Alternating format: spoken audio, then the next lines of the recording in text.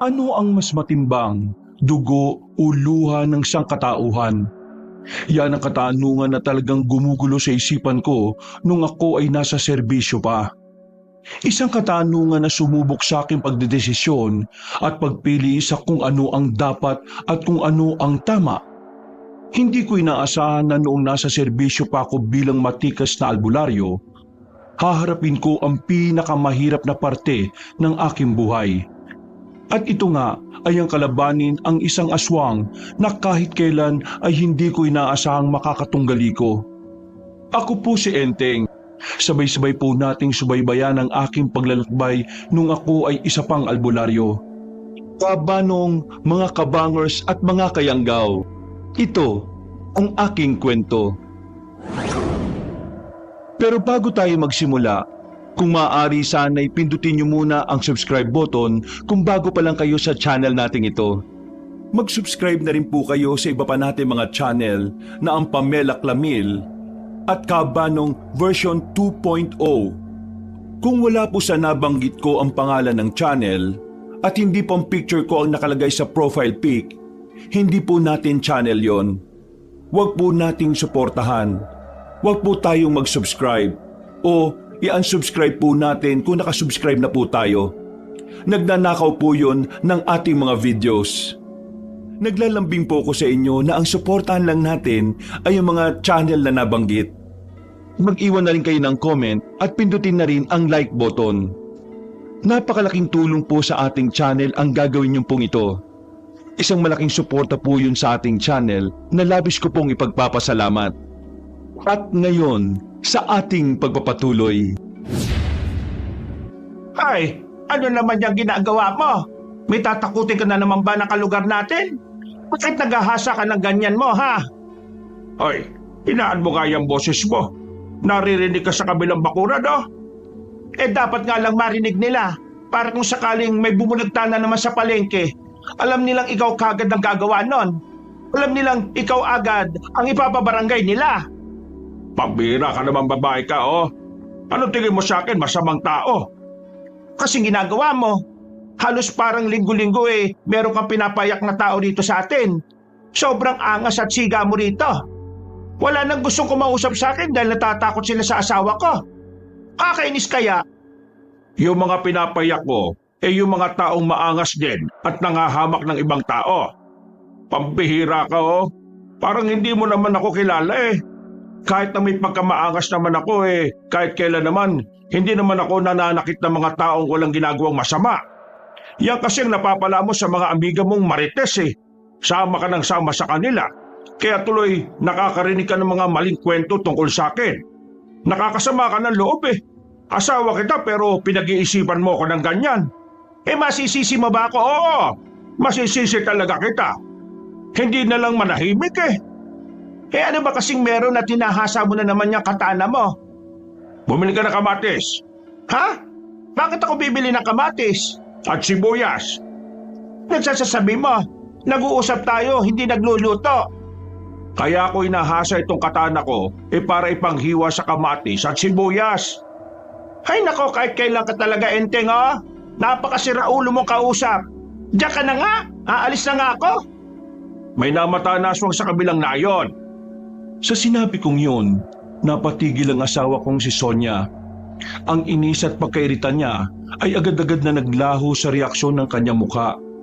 Napalitan ito ng kaba at may kaunting lungkot na bumakas doon. Lumapit siya sa akin na tumingin ng matalim. Para kami mga dalag at binata na malapit ng mag-away.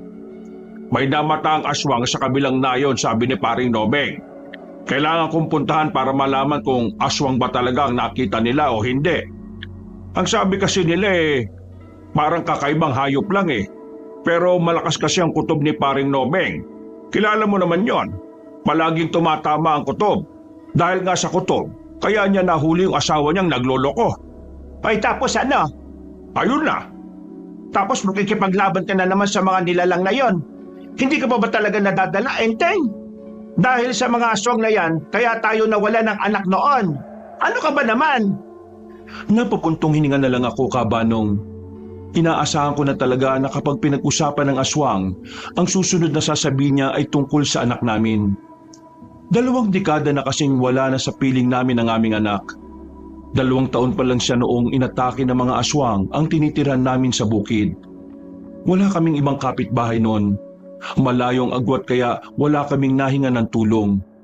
Idagdag pa na dahilan na nagsisimula pa lang din akong maging albularyo sa panahon na yon. Noon kasi, lahat ng mga bata na 5 taong pababa, kinukuha ng mga aswang para kainin. Yun ang dahilan kung bakit napasama ang anak namin. Hindi yun maintindihan ni Sonia. Ang sinisisi niya palagi ay pagsali ko sa samahan ng mga albularyo. Hindi pa naman siguro. Kaya nga aalamin ko eh. Wala namang ibang aalam doon kundi ako lang. Kasi ako lang naman paano kung aswang nga yun? Kung sakaling aswang man yun, di ang kailangan gawin patayin. Kala ko ba matagal na tayong nag-usap? 5 taon ka nang tumigil sa ganyan. Tumigil ako kasi wala nang aswang. Pero wala akong sinabi na titigil ako kapag meron na ulit. Hindi ka pa ba natatauhan? Kapahamakan ang dinadala ng ganyang gawain, Enteng. Yan ang dahilan kung bakit nawalan tayo ng anak Tingin mo ba, ginagawa ko ito kasi gusto ko lang? Ginagawa ko ito para sa anak natin, Sonia. Kasi kahit 2 dekada lang nakalilipas, hindi pa rin ako nawawalan ng pag-asa na baka balang araw mahanap natin siya. Kaya ako ito ginagawa para mabigyang hustisyang nangyari sa anak natin. Pati na rin sa iba pang mga bata na kinuha nila. Kaya wag mo na akong pigilan. Kasi kapag pinatigil mo ako sa ganitong gawain, baka mapagbuntunan ko lang ang lahat ng mga tao rito sa baryo natin. Gusto mo bang mabugbog ko sila ng walang kadahi-dahilan? Ay nako, ewan ko sa iyo. Napakahirap kong pakiusapan, Enteng. Ang gulo-gulo mong kausap. Hanggat hindi nauubos sa mga aswang sa probinsyang ito, mananatiling buhay ang tungkulin ko. Hindi bilang isang albularyo, Sonia, kundi bilang isang ama na rin. Napapailing na lang sa akin ang asawa ko, Kabanong. Agad naman siyang naglakad palabas ng bakuran namin. Ako naman ay napatingin na lang sa katana na ilang minuto ko nang hinahasa. Nakikita ko na nga ang sarili ko sa katawan ng talim sa sobrang kintab. Matagal-tagal na rin mula nang may huli akong kinatay na aswang. Pero kahit na ganun, malakas ang pakiramdam ko na hindi pa rin kumukupas ang kakayahan ko makapaslang. Makalipas ang ilang oras, sumapit na rin ang kinagabihan. Wala na akong magawa. Lahat ng mga paghahanda ay natapos ko na. Kailangan ko na lang ang signal ng kumpare kong si Nomeng. Lumabas na muna ako ng bahay para makapagpahangin at makapaglakad-lakad. Lahat ng nadaraanan ko ay nagtatabihan. Sa dami ng tattoo ko sa katawan, hindi nila maiwasang hindi matakot. Alam nilang meron silang kalalagyan kapag hinarang nila ako. Pero hindi naman talaga ako siga. Aminadong maangas, pero maangas ako sa mga taong siraulo at tarantado. Sa mga taong may mga ginagawang kalokohan sa buhay. Maya-maya, napatigil ako nang madaanan ko ang magkaibigang Ricardo at David. Kilala ko sila dahil sila yung makukulit na binatilyo na maraming tanong sa akin tungkol sa mga aswang. Hindi ko na sana sila papansinin pero tinawag ako ni Ricardo. Mang Enteng! Kung magtatanong ka ulit tungkol sa mga aswang, yun at yun pa rin ang isasagot ko. Kaya huwag ka na magtanong. Hindi naman po ako magtatanong Meron lang naman po akong sasabihin. Wala ako sa mood makipag-usap kayon. Tungkol po ito sa aswang na nakita nila Mang Nomeng. Bakit alam niyo ang bagay na yan? Pasensya na po. Narinig po kasi namin yung usapan niyo Ang lalakas po kasi ng boses niyo sa harapan ng bahay namin. Napakamot ako sa ulo. Naalala kong para pala kaming nagsisigawan ni Nomeng kapag nag-uusap. Kaya hindi na rin nakapagtataka na mayroong ibang makakarinig. Ano naman gayon? Sabado po. Piloso po ka ba? Gusto mo itupi kita sa 8? Biro lang po. Kung anong narinig mo, yun na yun. Hindi mo na kailangang ulitin sa akin, naintindihan mo? Nakita na rin namin yun nung nakaraang taon. Isang lalaking mahabang dila, matulis ang tenga at ilong, mahabang daliri at mahaba rin ang mga kuko. Tapos may nakausling buto sa balikat. Sa kanan. Meron pong hindi nakita si Mang Nomeng sa aswang na yun. Pero nakita namin ni David. Yung aswang po na yun, may butas po sa bandang liig. Sa may ilalim ng baba niya, parang may lumalabas-labas puro na likido eh. Pero hindi po namin sigurado kung ano. Kung gumagawa lang kayo ng kwento para matuwa ko, tigil nyo na. Hindi ako natutuwa. Totoo po sinasabi namin, Mang Enteng. Paano nyo makikita ang aswang na yun, Aber? Tagaro ng angkan ni David. Napagtanungan namin sila. Nung nakaraang buwan pangaraw nila nararamdaman na may kakaibang nilalang lalo na sa mga gubat. Bago namin ipagtanong yon, nakita na po namin yun sa gubat nang maghanap kami ng panggatong. Natutulog siya nun na parang paniki. Nakasabit sa sanga ng puno. Tapos nakita namin may binubugas siyang likido mula ron doon sa butas ng leeg niya.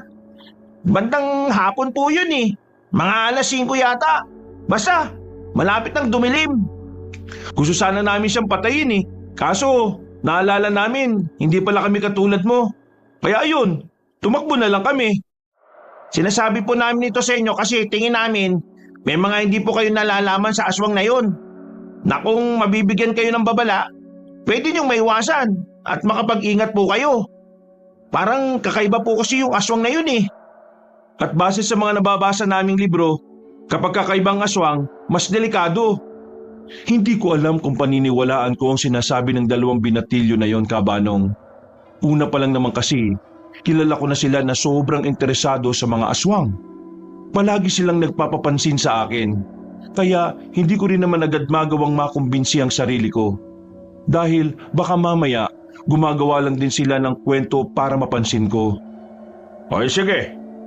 Sige, naniniwala ka na sa amin? Sige, aalis na ako. Napapakamot na lang silang dalawa nang maglakad na ako papalayo. Susubukan pa sana nila akong sundan pero tiningnan ko sila ng masama. Sumapit ang kinagabihan. Magkaharap na kami ni Sonia sa pagkainan. Tahimik, walang nakikibuan. Hindi ako sanay na nananahimik ang matalak kong asawa kaya binasag ko na ang katahimikan. Magpupunta ka ba sa pasayaw ni Menchi sa Huwebes? Pasayaw? Kita mong masakit ng balakang ko? Pwede ka naman pumunta kahit hindi ka sasayaw. Kumain ka na lang doon. Hindi na. Itutuon ko na lang ang atensyon ko sa tindahan natin ng karne sa palengke. Magkakapera pa ako. Sonia, alam kong ayaw mong kumalaban ako ulit ng aswang. Alam mo naman pala eh. Anong mahirap intindihin doon? Yun lang ang paraan para mabigyan ng hustisya si Louie, ang anak natin. Ayaw mo bang mabigyan siya ng hustisya, Sonia? Anong ayaw? Malamang gusto ko. Pero kung ikamamatay mo rin, hindi ko na yun kakayatin. Alam kong nag-aalala ka lang para sa kaligtasan ko. Pero, Sonia, wala kang dapat na ipag-alala. Magiging ayos lang naman ako. Ang tagal ko nang gawain ito at wala namang nangyayaring masama sa akin. Kailangan mo lang akong pagkatiwalaan. Ay nako, bahala ka. Doon na natigil ang usapan namin, Kabanong. Hindi na siya kumibo at nagmamadali na lang kumain. Kinabukasan, agad kong pinuntahan si Paring Nomeng. Pinag-usapan namin ang tungkol sa namataang aswang. Pagdating namin ng hapon, inihanda niya ang mga kasamahan niya. Ako naman ay dala-dala ko na rin ang mga gamit na pinagtutugis ko sa mga aswang. Mga bandang alas 4 ay lumarga na kami sa kabilang nayon. Nilibot namin ang gubat doon pero wala namang kaming nakitang aswang. Hanggang sa tumagal ng 1 linggo. Wala pa rin.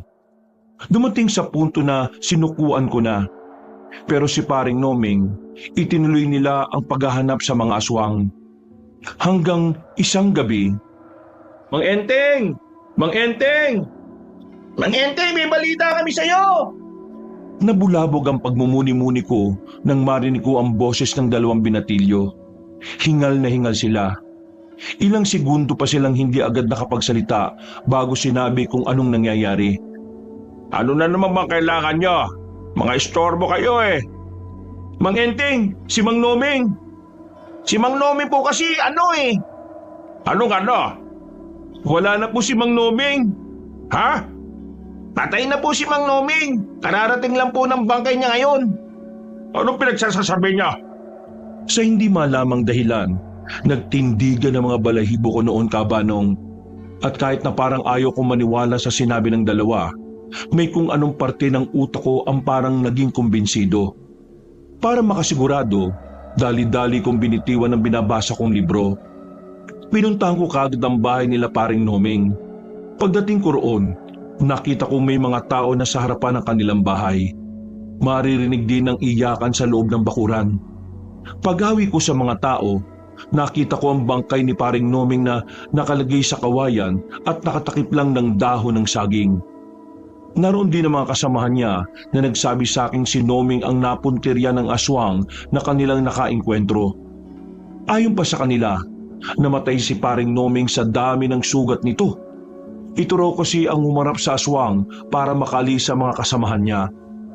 Nilakasan ko ang loob ko para tingnan ang katawan ni paring Noming. Nakita ko roon na parang may mga bakas ng pagkalapnos sa ibang parte ng katawan niya. Bagay na nagpagulo sa utak ko kung saan niya yun nakuha. Maya-maya pa, lumapit ang asawa ni paring Noming na si Irma. Galit siya sa akin. Pinagsisisigawan niya ako. Sinisisi ako sa pagkamatay ng asawa niya. Na kung hindi ko lang daw inimpluwensya ng asawa niya na maging manunugis o albularyo, hindi naman daw mangyayari yun. Naintindihan ko naman ang nararamdaman ni Irma kaya hinayaan ko na lang siya. Umalis na lang ako doon dahil ayaw kong mas maging mabigat pa ang kanilang dinadala. Bagsak ang balikat ko habang naglalakad. Pwede bang hayaan niyo na muna ako? Wala ako sa mood makipag-usap ngayon. Pinagtasan ko na sila ng boses para matigil sila sa kakasunod. Pero hindi pa rin sila natinag. Ngayon pong naging kumpirmado ng aswang nga ang nakikita sa kabilang nayon, ibig sabihin, Hindi niyo ba ako narinig? Hindi po nila maituro sa inyo kung nasaan yung lungga ng aswang. Pero kami po, kaya naming ituro yun. Kung hayaan nyo kaming tulungan kayo, tutulong po kami. Sandali ko silang tiningnan. Makikita sa kanilang mukha ang pagiging determinadong tumulong. Pero nagdadalawang isip ako, Kabanong. Hindi dahil alam kong magiging pabigat lang sila, kundi dahil kapag nakita ko na ang aswang, papasukin ko ng muli ang buhay na magulo. Bagay na ayaw ng asawa ko. Kagaya nyo, meron din po akong dahilan kung bakit gusto kong pumatay ng aswang. Pinatay nilang pinakamamahal kong aso nung elementary pa lang ako. At kahit na kailan, hindi ko yun makakalimutan. Pinangako ko sa sarili ko na balang araw, makakaganti rin ako sa kanila. Kaya sana ho, hayaan nyo na ako. Kaming dalawa, hayaan nyo kami makipagtulungan. May tuturo namin kung saan yung lungga ng mga yun. Kasi napuntahan na rin naman namin yun. Hindi nyo alam kung ano ang gusto nyong basukin, mga iho. Hindi ito isang laro. Pwede kaming mamatay. O pwede kaming masyadong mababaw ang dahilan mo para kalabanin ng mga aswang. Hindi ka dapat nagsasayang ng buhay para lang sa isang aso. Ha? Mababaw na dahilan? Para lang sa isang aso? Ganun talaga kababaw ang tingin mo sa pinagmumulan ng layunin ko? Kaming mga manunugis o albularyo, buhay ng tao ang ipinaglalaban namin. Hindi buhay aso na may buhay rin naman. Hindi ba sa aso si Pochi, Mang Enteng? Nung bata ko, yun yung kasama ko mula nang mamatay si Mama at iwan ako ni Papa. Siya ang naging pamilya ko. Siya ang naging sandalan ko sa lahat. Hindi siya basta aso. Kung sabay kayong malulunod ng aso ko, mas ililigtas ko siya kaysa sayo. Kahit na mas malapit ka sa akin. Ganun siya kahalaga sa akin. Hindi siya hayop lang. Kaya kung ayaw mo makipagtulungan sa amin, mamalitin mo ang pinaghuhugutan namin, eh di wag, kami na lang. Sandali akong natahimik, Kabanong. Para akong sinupalpal sa mukha ng mga sinabi niya at bigla kong lang napagtanto na mahalaga at dapat na iginagalang din ng nararamdaman ng ibang tao. Lalo na kapag tungkol ito sa mga ipinaglalaban nila. Bumuntong hininga ako. Sa unang pagkakataon, inamin kong naging maras ako sa pagsasawalang bahala sa buhay ng isang hayop. Pasensya na. Hindi ko intensyon na malitin ang buhay ng aso mo. Pero ang nais kong ipunto, bata ka pa. Masyado pa kayong bata para ilagay sa buhay ninyong panganib. Isa sa mga natutunan namin sa mga nangyayari ngayon, kapag meron kang ipinaglalaban, huwag mo nang hintayin na lumipas ang panahon. Ipaglaban mo na ngayon. Kasi hindi habang buhay may oras ka para sa gusto mo mangyari. Habang lumalakad ang panahon, dumarami rin ang mga bagay na ipapasan mo sa inaharap. Kaya kung anong gusto mong ilaban ngayon, ilaban mo na. Dahil hindi mo alam, sa susunod na mga bukas, may mas mabigat ka pang dapat ipaglaban na dapat unahin. Kesa sa kung ano man ang ibinaglalaban mo sa kasalukuyan. Medyo umanga ako sa pananalita at pananaw ng dalawang binatilyo. Ngayon lang ako nakakita sa baryo namin ng mga binatilyong may matinong pagtingin sa buhay. Karamihan kasi sa mga nakikita ko ay mga palamunin at pasaway sa pamilya. Kaya naman sa bandang huli ay napapayag din nila ako. O sige, papayag akong makipagtulungan sa inyo. Pero itong kondisyon ko, hindi ko kasalanan kapag namatay kayo sa laban na ito. Tumango ang dalawang binatilyo. Bumakas din ang tuwa sa kanilang muka at dahil doon, napagtanto ko na parang matagal na rin nilang gustong labanan ng mga aswang. Pero dahil wala silang kasama, hindi nila yun magawa-gawa noon pa. Ikaw, David, anong dahilan mo at bakit ka makikipaglaban sa mga aswang? Kasi yung aso ni Ricardo na si Pochi, ako nagbigay sa kanya noon nung bata pa kami. Kaya yun din po ang dahilan ko. Ha? Sige. Bigla na lamang umiyak si David. Tinakpan na lang ni Ricardo ang bibig nito para hindi na makagawa pa ng ingay. Nagkaroon kami ng kaunting pag-uusap. Kahit na papaano, may nalaman ako sa dalawang binatilyo. Yun ang unang pagkakataon na nakapagkwentuhan ako sa hindi ko kaedad. Madalas kasi na puro matatanda rin ang nakakausap ko. Pagkatapos, agad na rin ako umuwi sa amin. Pero nasa labas pa lang ako ng bahay namin, nakita ko nang nakaabang si Sonia. Sa tingin pa lang niya, alam ko nang marami na naman itong sasabihin tungkol sa ginagawa ko. Kaya inihanda ko na agad ang sarili ko. Ano ngayon ang gagawin mo? Patutulog na. Gabi na eh. Pilosopo ka talaga kahit na kailan. Ang sinasabi ko, anong gagawin mo ngayong wala na si Nomeng? Pinatay siya ng aswang na sinasabi nyo, hindi ba? Oh, tingnan mo anong nangyari. Wala ng padre di pamilya ang pamilya nila Irma. At kasalanan ko? Sino bang nag-imbita dyan kay Nomeng na lumaban din sa mga aswang, hindi ba ikaw? May sariling isip si Nomeng. Hindi na siya bata para diktahan kung anong tama o mali. Nung sinabihan ko siya tungkol sa mga ginagawa ko, kusa siyang naging interesado. Hindi ko siya pinilit. Siya ang pumili ng magiging kapalaran niya. At ngayong namatay siya, desisyon niya rin yon. Pinili niyang mamatay para makaligtas sa mga kasama niya. Kaya wag mo akong sisihin dyan, Sonia. Hindi na ako natutuwa sa sinasabi mo. At tingin mo natutuwa rin ako sa mga ginagawa mo, Enteng? Hindi lang buhay mo ang nalalagay sa alanganin. Nalalagay din sa peligro ang buhay ng ibang tao nang dahil sa adikain mo. Anong gusto mong gawin ko? Hayaan bumalik dito mga aswang at manguhan ng mga kabataan? Yun ba? Hindi ko hahayaang mangyari yon. Kaya kahit na anong pilit mong pigilan ako, mapapagod ka lang, Sonia. Kasi hanggang sa dulo ng buhay ko, hindi ako titigil hanggat may aswang pa sa probinsyang ito. At yan ang pinili mo kaysa sa akin? Sa mga sandaling yon, Kabanong, hindi agad ako nakapagsalita. Napatingin na lang ako sa ibang direksyon. Pero nakikita ko pa rin na nakapukol lang sa akin ang tingin niya. O siya, sige. Kung mas pinipili mo yan, bahala ka na sa buhay mo. Anong gagawin mo? Matulog, gabi na eh. Padapog niyang isinaradong pinto. Kinandado pa sa loob kaya hindi na ako nakapasok. Mabuti na lang ay may papagpasag gilid ng bahay namin. Nagising na lang ako nang may malaglag na daon sa mukha ko, Kabanong. Pagtingin ko, 7:00 na pala ng umaga. Mabilis akong bumangon. Pagdating ko sa harapan ng bahay, wala na roon ang asawa kong si Sonia. Nang tanungin ko si Nelma sa kabilang bakuran, ang sabi nagpunta na raw sa palengke para magtinda. Bumuntong hininga na lang ako. Talagang galit siya sa akin kaya hindi na siya nagpaalam. Lumabas na lang ako para bumili ng almusal. Pero habang tinatahak ko ang daan, nakita ko ang 3 lalaki na pinalilibutan ng isang babae na sa pagkakatansya ko ay nasa edad 20 hanggang 25. Nakita kong parang nambabasto sa mga yon. Nanghihipo pa. Ay, mga pare, parang ang sakit sa mga mata ng ginagawa nyo ah. Gusto nyo bang sumakit ang katawan ninyo? Aba, sira ulo to ah. Bakit? Akala mo natatakot kami sa'yo ha, tanda? Ako, ibang matanda to. Marami nang pinasakit ng panga ito. Yung ibang panga-panga dyan tumabingi.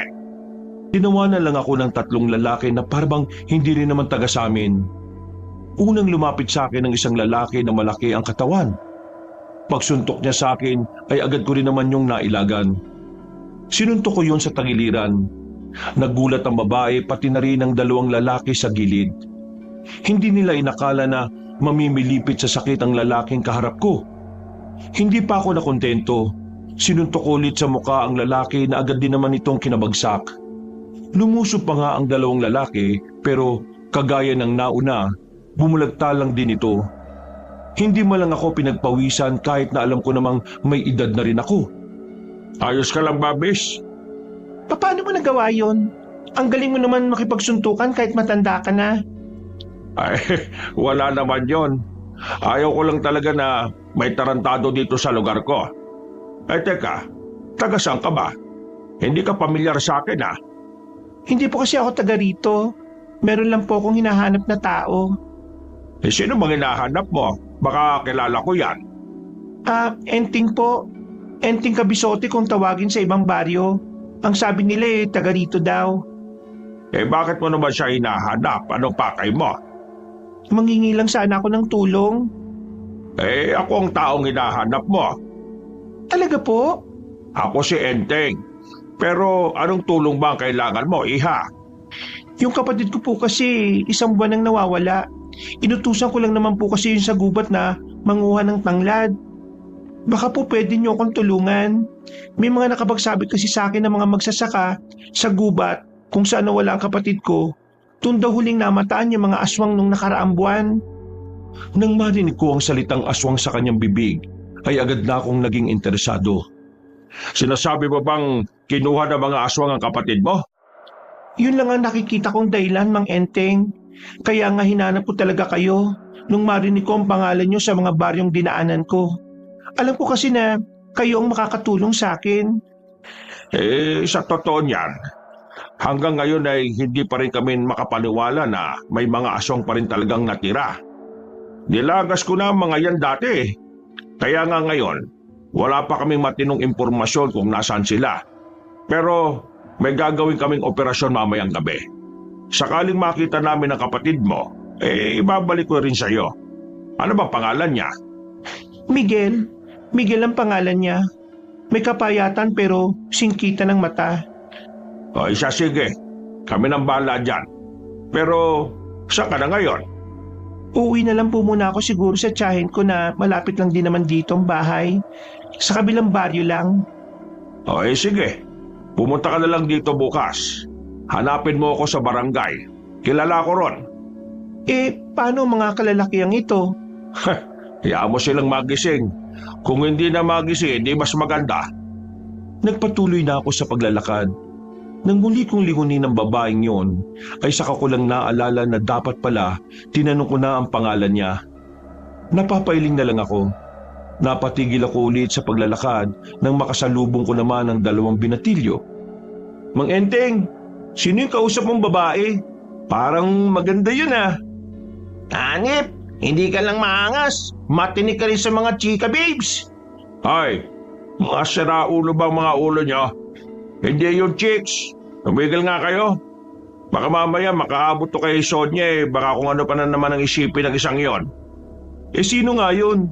Di ba sabi mo, madalang ka lang makipag-usap sa mga babae? Maliban sa matatanda na gaya mo? Isang taong nawawalan ng kapatid. Inala niya nakuha raw ng aswang. Gusto ko siyang tulungan kasi alam ko rin ang pakiramdam ng nawalan. Nagkatinginan silang 2. Parehong may naguguluhang reaksyon. Hindi pa kasi nila alam ang tungkol sa anak kong matagal nang nawawala. Kaya iniba ko na lang ang usapan. Ay, siya nga pala. Mamayang gabi, aalis na tayo. Pupuntahan natin yung sinasabi niyong lugar kung saan niyo nakita yung aswang. Bakit po sa gabi? Kung ngayon na kaya, baka mamaya maabutan natin siyang natutulog. Pagkakataon na rin natin yun. Nakatsamba lang kayo noon. Kaya ninyo inabutang tulog. Ang mga aswang, sobrang bihira lang matulog ang mga yon. Kaya sa gabi tayo pupunta. Dahil doon sila gumagala at aktibo. Tumango na lang silang dalawa. Ako naman ay dumiretso na lang sa bilihan ng almusal. Pagbalik ko sa bahay, inihanda ko na ulit ang mga gamit ko. Mga bandang gabi, magkakasama na kaming tatlo. Sandali akong dumaan sa bahay nila paring Nomeng. Naiburol na siya kaagad, pero hindi ko kayang makalapit o makasilip man lang sa kabaong niya. Masama ang tingin sa akin ng kanyang pamilya. Hindi pa rin nila nakakalimutan na ako ang dahilan kung bakit naging interesado si paring Nomeng sa mga aswang. Bakit ba ikaw ang sinisisi nila, Mang Enteng? Kung tutuusin, hindi mo naman kasalanan kung pinagpatuloy ni Mang Nomeng yung paghahanap sa mga aswang. At saka, matanda na si Mang Nomeng. Kahit naman sabihin mo na tumigil siya kung talagang yun ang gusto niyang gawin, yun ang susundin niya. Hindi na para pagsabihan siya, di ba? Iniintindi ko na lang dahil nagluluksa sila. Hindi ko sila pwedeng pilitin na maintindihan ako. Huwag ka mag-alala, Mang Enteng. Isa kami sa nakakaintindi sa'yo. Ngumiti na lang ako ng papilit sa kanila.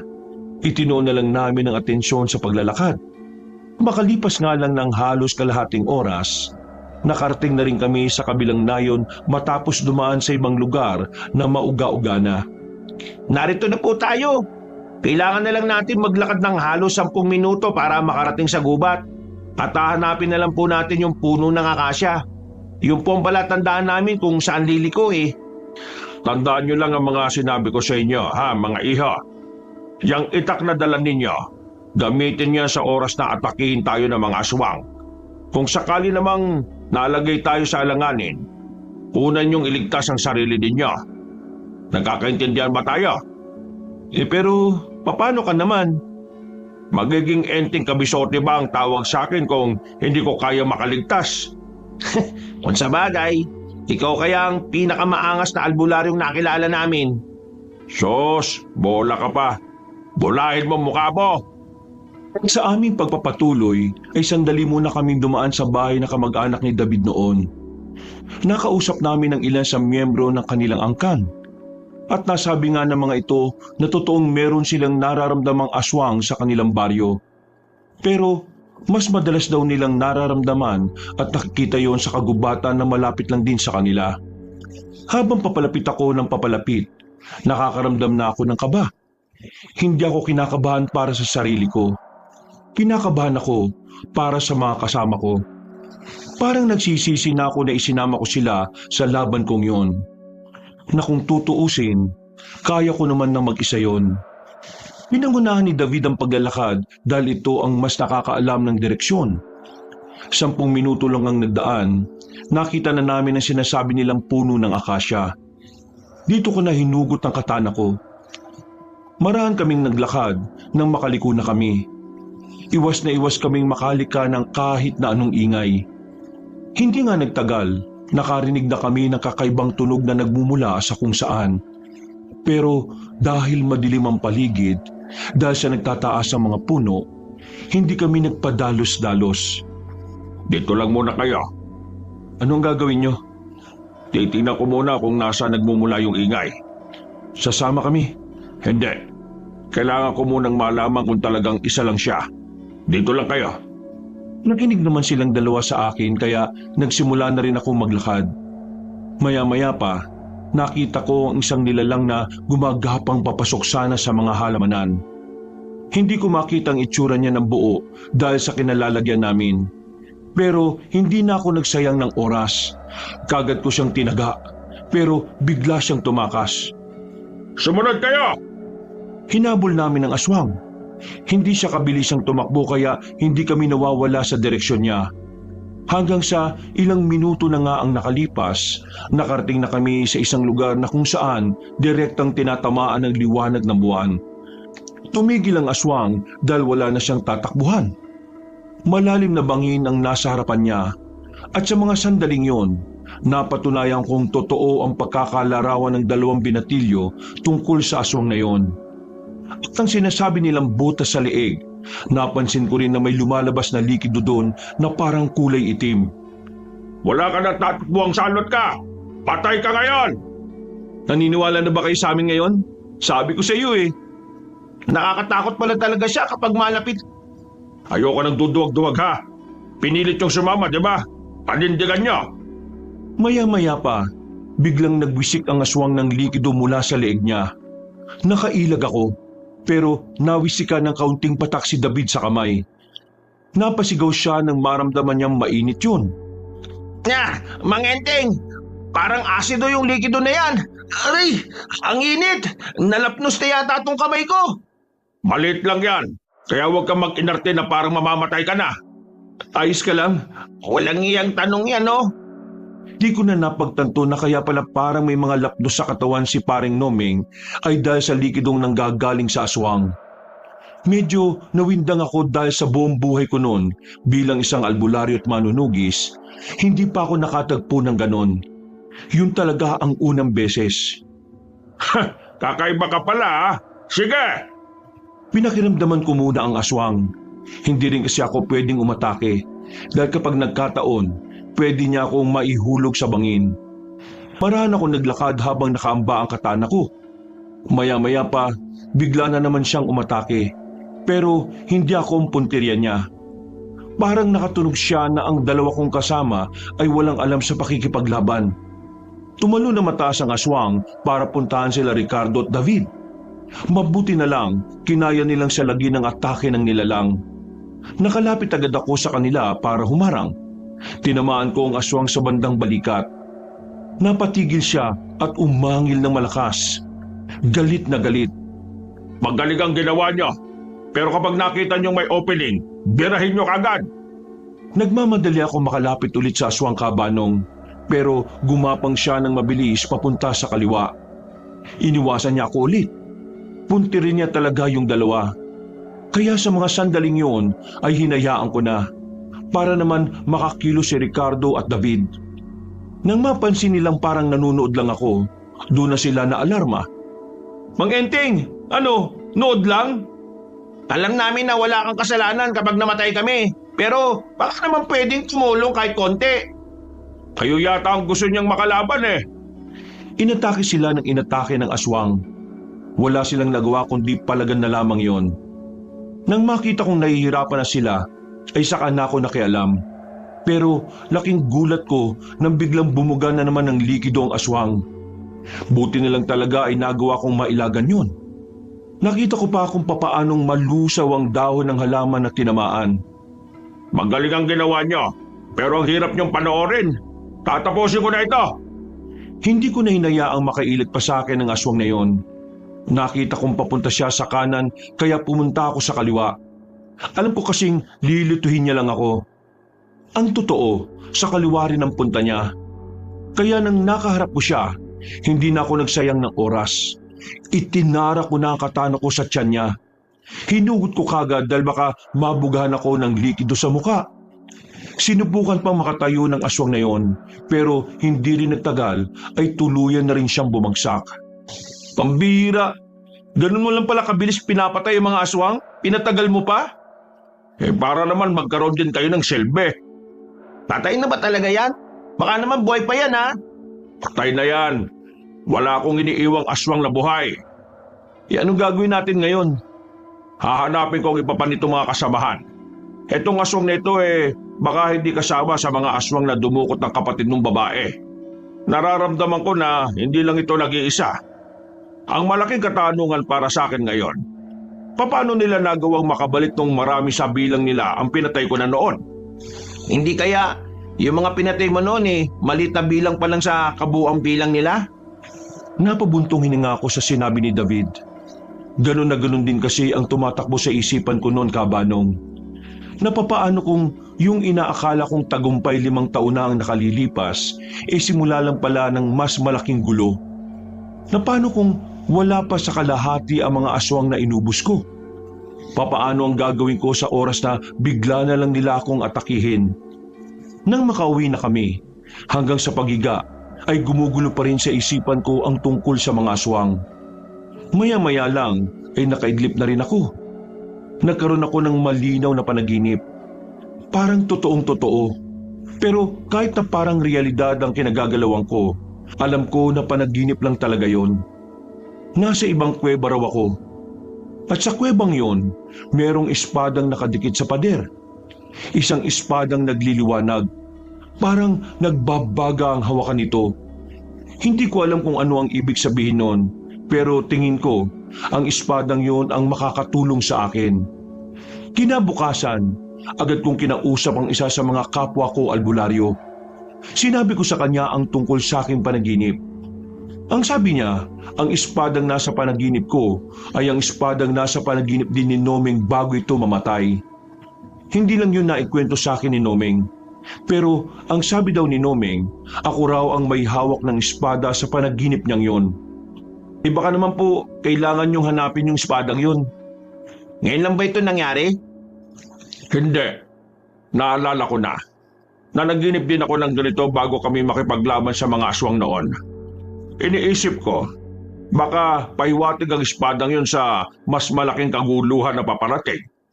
O baka ang espadang yon ang kailangan kong gamitin para tapusin silang lahat. Ang tanong, saan naman kayo makikita ang espadang yun, maliban sa panaginip mo?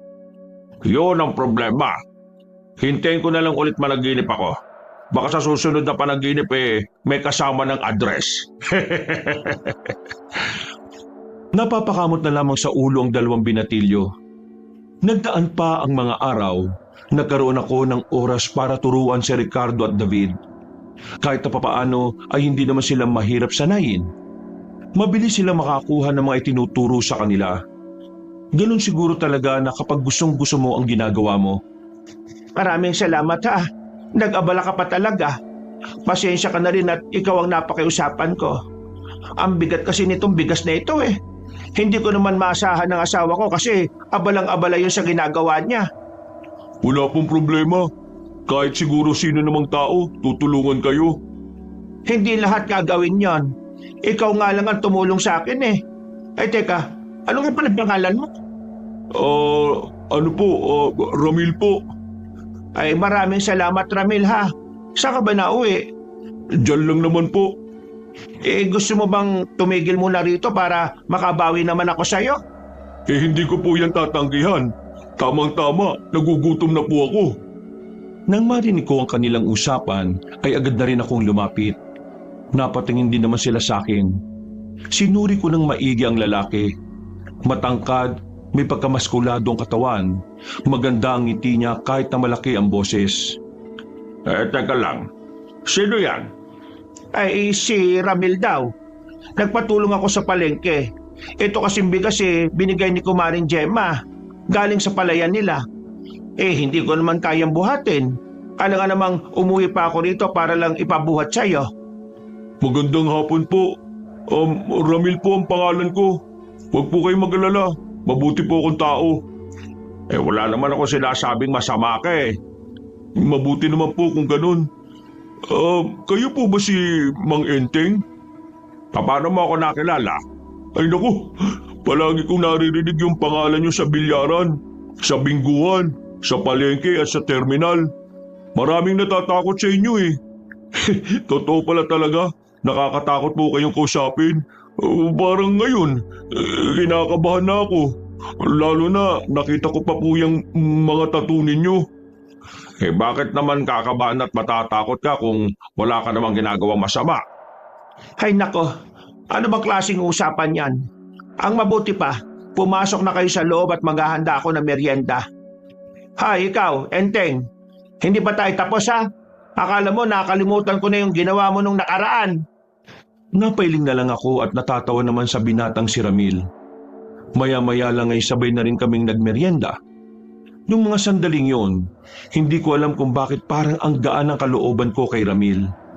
Nagtataka nga ako sa sarili ko noon kasi ako yung tipo ng tao na hindi basta-basta naniniwala o nagtitiwala kapag hindi ko naman kilala ang nagsasalita. Pero kakaiba si Ramil. Sa ngiti pa lang niya, kuhang-kuha niya na ang tiwala namin ni Sonia. Pinagpalagay ko na lang noon na baka siguro dahil wala kaming anak, na baka nangungulila lang kami sa anak namin. Kaya yung nararamdaman namin ay para kaming maggulang sa kanya. Makalipas ang ilang araw, linggo at buwan, napadalas ang pagdaan ni Ramil sa bahay namin. Kung minsan nga ay kasakasama na rin namin siyang maghapunan. Para bang naging regular na bisita na lang din namin siya. Malaki ang pasasalamat ko kay Ramil kasi kahit na papano, nagiging mabuti ang samahan namin ni Sonia. Alam mo, magaan talaga ang kalooban ko sa binatang yon. Parang ang tagal na nating siyang kilala. Ganon din ba ang nararamdaman mo? Oo, ganon din. Parang ang bait-bait niya talaga. Minsan nga iniisip ko, sana siya na lang ang anak nating si Louie. Napabuntong hininga ko. Nakita ko ang lungkot sa mukha ni Sonia. Akala ko sisisihin na naman niya ako. Pero iba nung gabing yon. Naging mahinahon siya. Kalmado ang tingin niya sa akin. Walang halong kahit na anong kasungitan. Sana nga. Kung wala nga lang magulang si Ramil, baka inampunan natin siya eh. Pero ang sabi niya, tatay niya ang kasama niya sa bahay nila. Parang maganda yata kung makikilala rin natin ang tatay niya, ano? Malay mo, mas mapadala siya rito sa atin kapag pinayagan siya ng ama niya. Masaya ka ba dyan? Kung ikakasaya mo yan di sige. Mambait-bait mo sa akin itong mga nagdaang araw. Siguro may operasyon na naman kayo sa mga aswang, ano? Wala nga eh. Walang nagpaparamdam na aswang. Wala kaming makitang kahit na anong bakas. Bigla na naman silang nanahimik. Enteng, itigil mo na kasi yan. Mag-focus na lang tayo sa buhay natin. Tingnan mo, may bago tayong kakilala, si Ramil. Mabuting bata. Pwede natin siyang ituring na anak natin. Kahit tumigil ako sa pagiging albularyo at madudugis, nanupitan pa rin naman ako ng mga aswang eh. Hindi sila matitigil hanggat may mga nabubuhay na gaya ko. Lahat ng mga magiging hadlang sa mga kasamaan nila ay buburahin nila sa mundo. Kaya hindi ko may bibigay ang gusto mo, Sonia. Pasensya ka na. Ay, bahala ka na nga sa buhay mo. Basta ako, gusto ko ng tahimik na buhay. Iniisip ko naman yan. Sa palagay mo, maghiwalay na lang kaya muna tayo para hindi ka madamay. Maghiwalay? Bakit?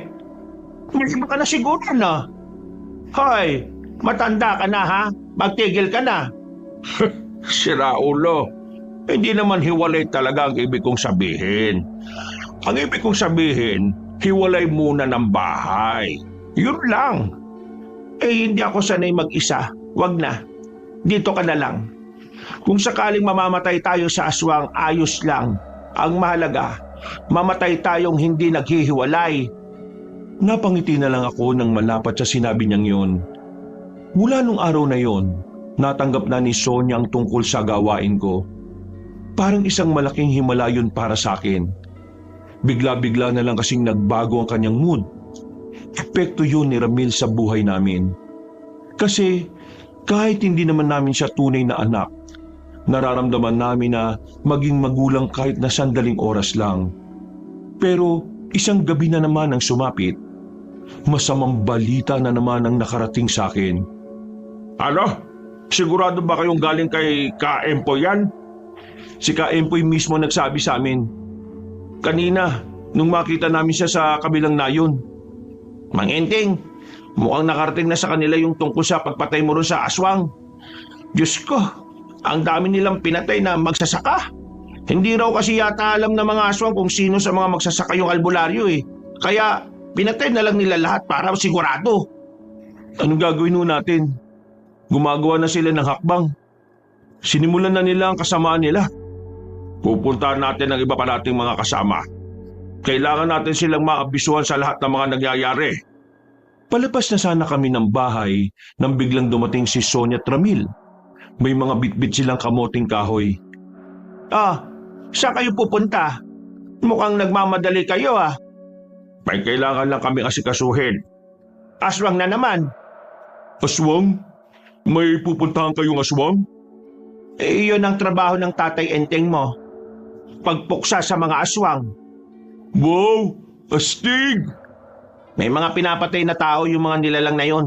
Kaya paano astig? Uy, ano ka ba? Sonya, baka hindi na ako makasabay ng hapunan Kailangan kong asikasuhin ito. Ang dami na nilang dinadamay Pupuntahan lang namin ang mga kasamahan ko para kausapin sila tungkol sa sitwasyon. Sayang naman. Kasama pa naman sana natin si Ramil na maghapunan.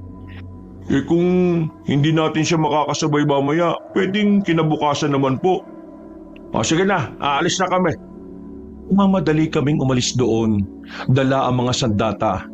Agad naming tinungo ang kinaroroonan ng iba pang albularyo na una naming nakausap para labanan ng mga aswang. Habang naglalakad kami papunta roon, hindi ko maiwasang hindi kabahan. Iba ang kabang nararamdaman ko noon kung ikukumpara sa kabang nararamdaman ko nung nilagas ko sila dati. Mang Enteng, saan nyo nakilala yung Ramil? Bakit mo naitanong? Alam kong natutuwa kayo sa kanya ni Aling Sonia pero kasi may pakiramdam ako sa kanya na hindi ko maipaliwanag Pakiramdam na hindi maipaliwanag? Sinasabi mo bang may gusto ka kay Ramil? Naku, hindi yun ang ibig kong sabihin. Diretsahin mo na kasi. Para kasing may mabigat akong nararamdaman sa pagkatao niya Parang meron siyang hindi sinasabi sa inyo. Ganun talaga kapag hindi mo naman siya kilala. Kapag nagkausap kayo at naging magkaibigan kayo, baka araw-araw pa kayo magkasama.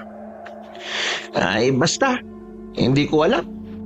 Sa halip na iniisip mo yan, ituon mo na lang ang atensyon mo sa gagawin natin.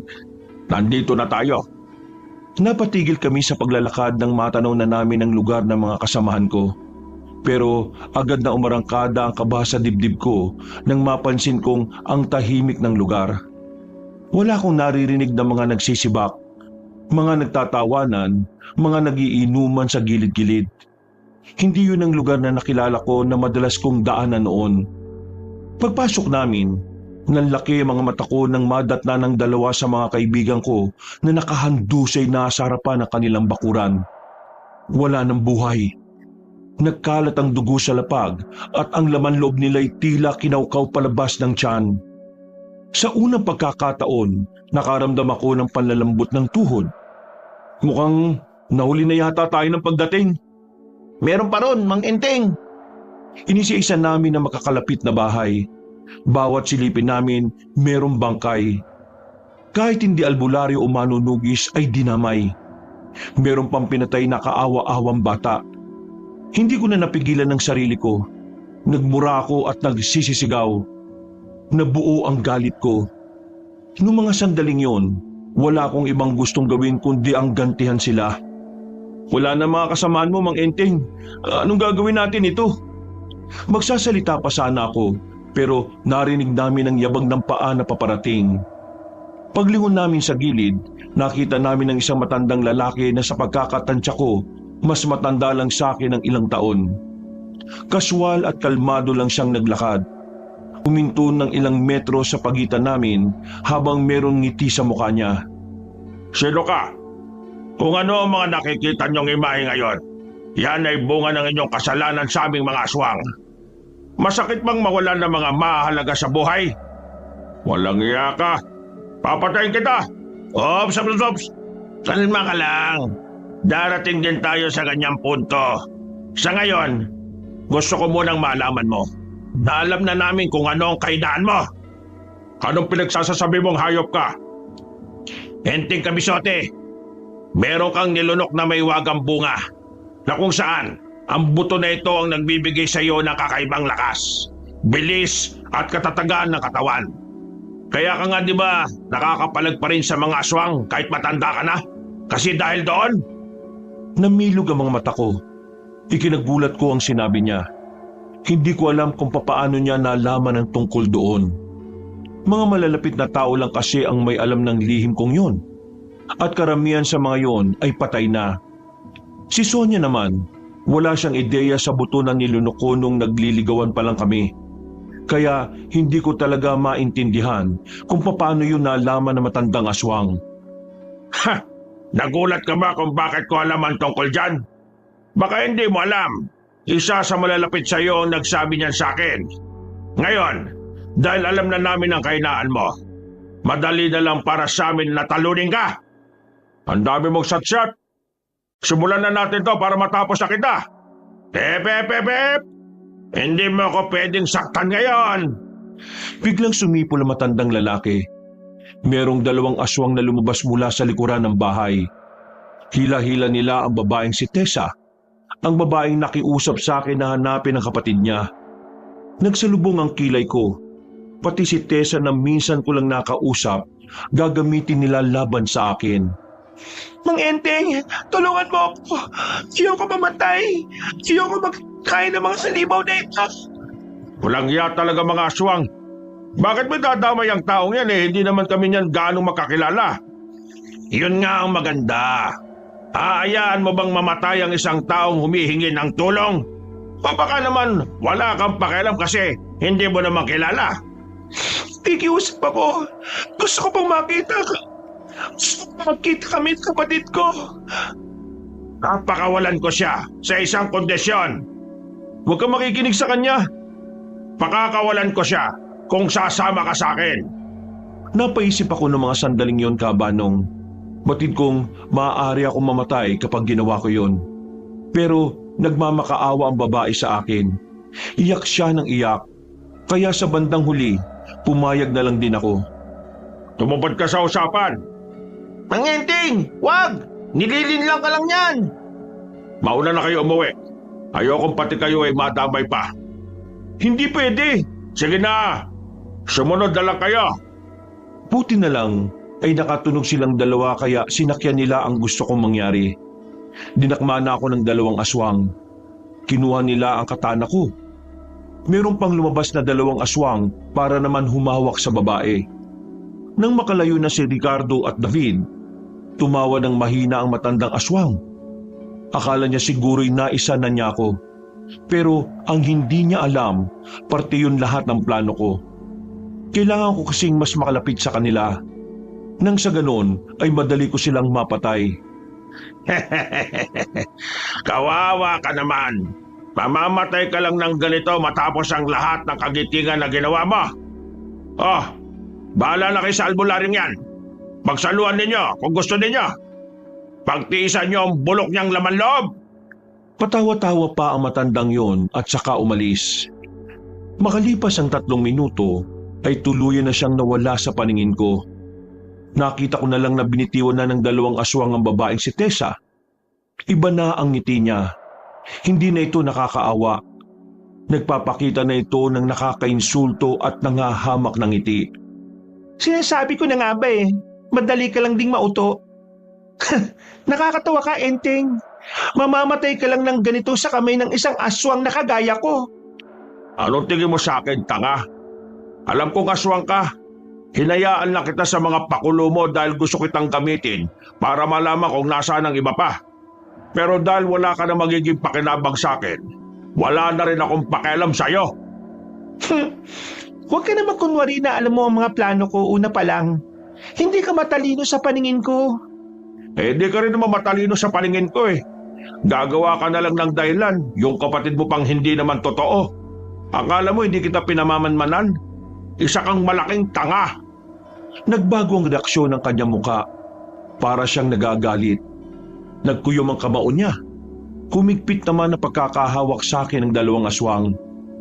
Saka ka na mag-angas kapag nailuwa mo ng buto na nagbibigay sa iyo ng lakas. Tatanggalin ko yan ngayon din. Subukan mo kung kaya mo. Lalapit na sana sa akin si Tessa nang tapakan ko ng malakas ang paa ng 2 aswang na nakakapit sa akin. Nang makakuha ko ng tamang pagkakataon, buong puwersa akong nagpumiglas sa kanila. Nakakuha na ako ng espasyo kaya naman inihanda ko na rin ang sarili ko. Mga inotel! Mga tanga! Ang lalaki ng mga katawan ninyo. Hinayaan niyo makakawala yung matandang yan? Kabang ka na, babae ka. Uunahin kitang maihatid sa impyerno. Hintayin niyo. Atakihin niyo na ang isang yan. Nalapit na sana sa akin ang 4 na aswang pero bigla na lang silang tinamaan ng palaso. Pero may 2 pang natira. Nagulat si Tessa nang makitang bumalik si Ricardo at David. Kayo nang bala sa 2 ito. Ako narito sa impaktang babae na ito. Hindi na ako nagsayang ng oras. Agad kong hinarap ang babaeng aswang. Nakikita kong itsura niya na parabang nababahala. Sinamantala ko ang pagkakataong yun. Nagmamadali kong dinampot ang aking katana. Hinagupit ko siya pero nakailag siya. Pagtingin ko sa kaliwa ay naroon na si Tessa. Mabilis na gumapang papunta sa akin. Tinangka niya akong kalmutin pero naiwasan ko rin siya.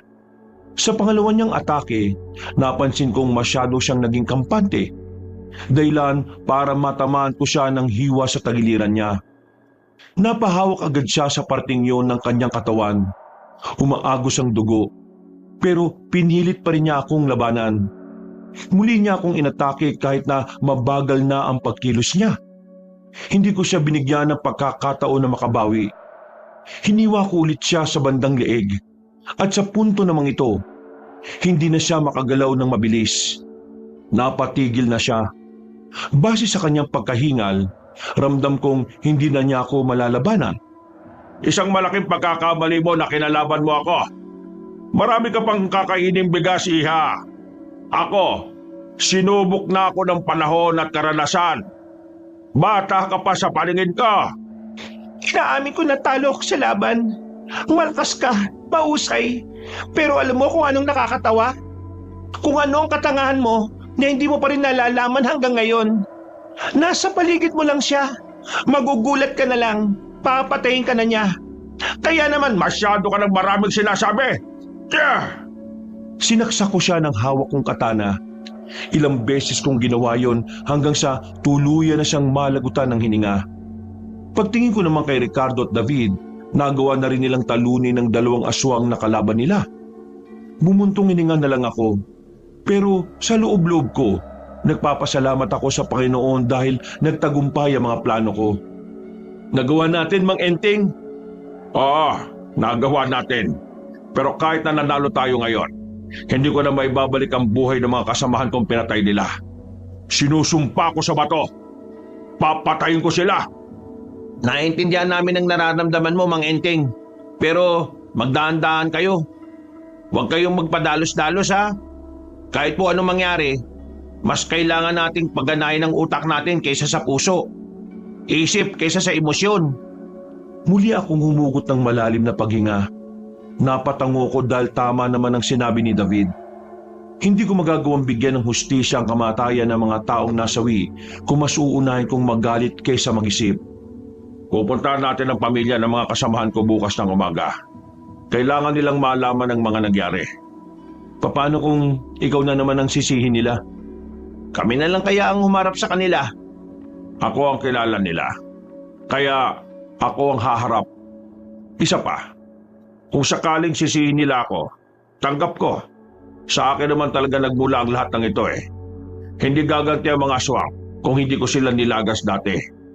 Tinapik ko ang balikat ng 2 at nauna na rin akong maglakad na parabang walang nangyaring labanan. Hindi rin naman kasi ako masyadong pinagpawisan. Wala ring ganong galos. Nung gabing yun, mabigat ang kalooban ko dahil nawalan na naman ako ng mga kasama. Kahit ilang beses ko naman nang naranasan yun noon, wala pa rin pinagkaiba ang pakiramdam. Masakit at nakakalungkot pa rin. Nagdaan pa ang mga araw, hindi naging madali para sa akin ang bawat paggising ko sa umaga. Kada didilat ako, naririnig ko ang mga boses ng mga kamag-anak na mga kasamahan ko. Paulit-ulit ko silang naririnig hanggang sa pagtulog ko.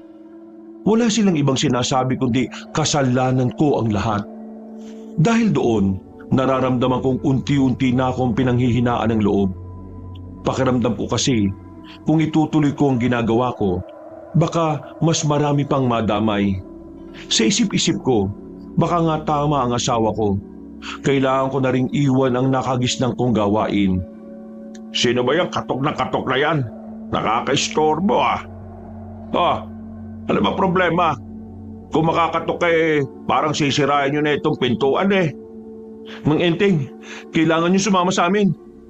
May nakita kami mga bakas ng aswang sa gubat na malapit dito sa atin. Ha? Sigurado ba kayo? Baka mamaya nagkakamali na naman kayo. Sigurado kami. Lahat ng palatandaan, umaakma sa sinasabi mo sa amin eh. Maganda na ho kayo, Mang Enteng. Hihintayin ka namin dito sa labas. Ang totoo niyan parang gusto ko nang magretiro eh. Retiro? Seryoso ba kayo sa sinasabi nyo? Ngayon pa talaga? Mang Enteng naman, alam naman nating pareho na sa mga panahong ito, mas umiinit na tayo sa mga aswang eh. Lalo na't napatay natin yung babaeng aswang at yung iba pa. Kung titigil ka, wala rin naman pinagkaiba. Nasa panganib pa rin ang buhay mo kahit na tumigil ka. Diba, yan naman ang sinasabi mo kay Aling Sonia? Ano bang naging problema? Bakit bigla kang nagbago ng isip ngayon? Napapuntong hininga ako ng malalim, Kabanong. Napainom na lang ako ng kape at napaupo sa harap ng lamesa. Dumadami lang ang mga taong namamatay ng dahil sa akin. Kung titigil ako, baka matigil na rin ang isang malaking katangahan yan, Mang Enteng. Anong sinabi mo? Hindi matitigil ang gulo kahit na mamatay ka pa. Mananatili silang gagawa ng kasamaan kahit na manahimik ka rito. Kaya kailangan natin silang tapusin. Kailangan natin silang patayin lahat. Nakakalimutan mo na ba yung mga dahilan kung bakit natin ito ginagawa? Bibigyan natin ng hustisya ang mga taong namatay dahil sa kanila. Ang pagpatay sa aso kong si Pochi at ang pagkuha nila sa anak mong si Louie. Sobrang nagbago ka na, Mang Enteng. Hindi ganyan ang Enteng Kabisote na nakilala namin. Hayaan nyo na lang muna ako makapag-isip.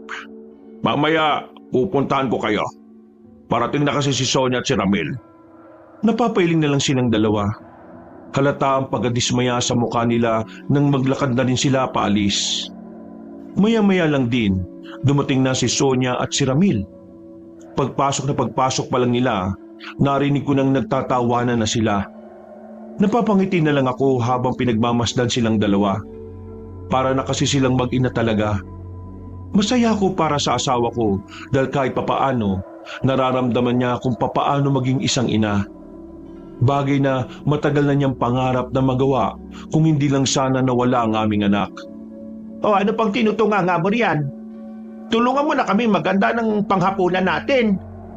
Mukhang malalim po yatang iniisip niyo ah. Ayos lang po ba kayo? Ayos lang naman ako, Ramil. O tara na. Ako na maghihiwa ng mga yan. Masaya naming hinanda ang para sa aming hapunan. Habang nagluluto ay hindi maiwasang magkwentuhan ng kung ano-anong bagay. Sa mga sandaling yon, wala akong ibang nararamdaman kundi kasiyahan. Ganun din ang asawa ko. Pero ang hindi ko alam, yun na pala ang huling hapunan namin nakasama si Ramil. 8:00 na. Delikado na sa daan. Gusto mo bang ihatid na kita? Hindi na po. Nakakaya na po. Ay nako, huwag ka nang mahiya. Kailangan mong may kasama. Kapag kasama mo yung si Tatay Enteng mo, walang gagalaw sa iyo. Maangas yan dito eh. Lakot yan. Naku, oo nga po eh. Narinig ko palagi sa palengke na maraming natatakot kay Tatay Enteng. Tara na. Para makauwi ka na kagad sa bahay ninyo. Sigurado ba kayo, Mang Enteng? Hindi nakakaabala? Hindi naman. Para ka namang ibang tao. Kahit na alam kong delikado na kasama si Ramil sa daan, gusto ko pa rin siguraduhin na makakauwi siya ng ligtas sa kanila. Sa mga nagdaang araw kasi, kumakalat ang mga balitang marami nang natatagpo ang bangkay. Mga katawan ng mga taong wala namang kinalaman sa samahan ng mga albularyo. Para bang basta-basta na lang pumapatay ng mga tao ang mga aswang. Maraming salamat, Ramil ha. Ho? Salamat po saan? Maraming salamat kasi nung makilala ka namin, pakiramdam namin naging isang tunay na magulang talaga kami. Napapasaya mo kami. Tungkol ba ito sa anak niyong si Louie? Oo. Pasensya ka na kung ikaw yung parang ginagamit namin para sumaya ha. Hindi niyo naman po ako ginagamit kasi kusa ko itong ginagawa. At masaya rin po ako na malaman na nakakatulong ako sa inyo. Kung ano-ano pa ang napag-usapan namin ng mga oras na yon, Kabanong. Nalibang na kami sa kwentuhan kaya hindi ko na namalayan na nakarating na pala kami sa abandonadong tulay na madalang na lang na madaanan ng sasakyan at ng mga tao. Ay, nako, nalibang ako sa usapan natin. Hindi ko namalayan na mali na pala itong dinaraanan natin. Ayos lang, pwede naman akong dumaan dito eh. Ha? Saan ka dadaan dyan? Sarado na yung daan na yan. Naging kagubatan na rin yan eh. Bakit niyo siya binigay sa mga aswang? Ha? Binigay sa mga aswang? Anong sinasabi mo, Ramil? Hindi ko gaanong makita ang mukha niya dahil may kadiliman na rin sa tulay. Pero noong mga oras na yon, biglang nagbago ang pakiramdam ko sa kanya. Sa isang iglap lang, parang merong nag-iba sa Ramil na nakilala namin. Parang hindi na siya yon. Bagay na mas lalong bumuhay sa pagtataka ko. Pero mas naging maganda ang buhay niya ron. Doon, itinuring siyang pamilya at sinamba siya ng mga mas nakakababa sa kanya. At isa siyang espesyal na aswang. Kaya alam kong malaki ang pasasalamat niya dahil hindi kayo nagpalaki sa kanya. Hindi kita maintindihan, Ramil. Sino ba sinasabi mo? Aray! Hindi ko na naituloy ang sinasabi ko nang bigla niya akong suntukin ng malakas sa sikmura. Sa sobrang lakas ay parang bumaliktad ang sikmura ko. Naramdaman ko na lang ang panghihina ng kusang mailuwa ko ang mahiwagang buto. Mabilis yung kinuha ni Ramil. Habang ako naman, napahiga na lang ako. Nanlalambot, hinang-hina at nahihilo. Sino ka ba? Bakit mo ito ginagawa sa akin, Ramil? Hindi ako si Ramil. Ako si Louie, ang anak na pinamigay ninyo sa mga aswang kapalit ng pera. Ha? Louie? Teka, hindi totoo yun. Hindi namin ginawa ni Sonia ang bagay na yon. May malaki kayong utang noon at ikaw na albularyo ka. Meron ka kakilalang aswang. Kaibigan mo pa. Binigay niyo ako sa kanya para makabayad kayo sa utang at para hindi kayo makulong. Pero maraming salamat. Dahil sa pangangalaga ni Tatay Atong, lumaki akong ganito.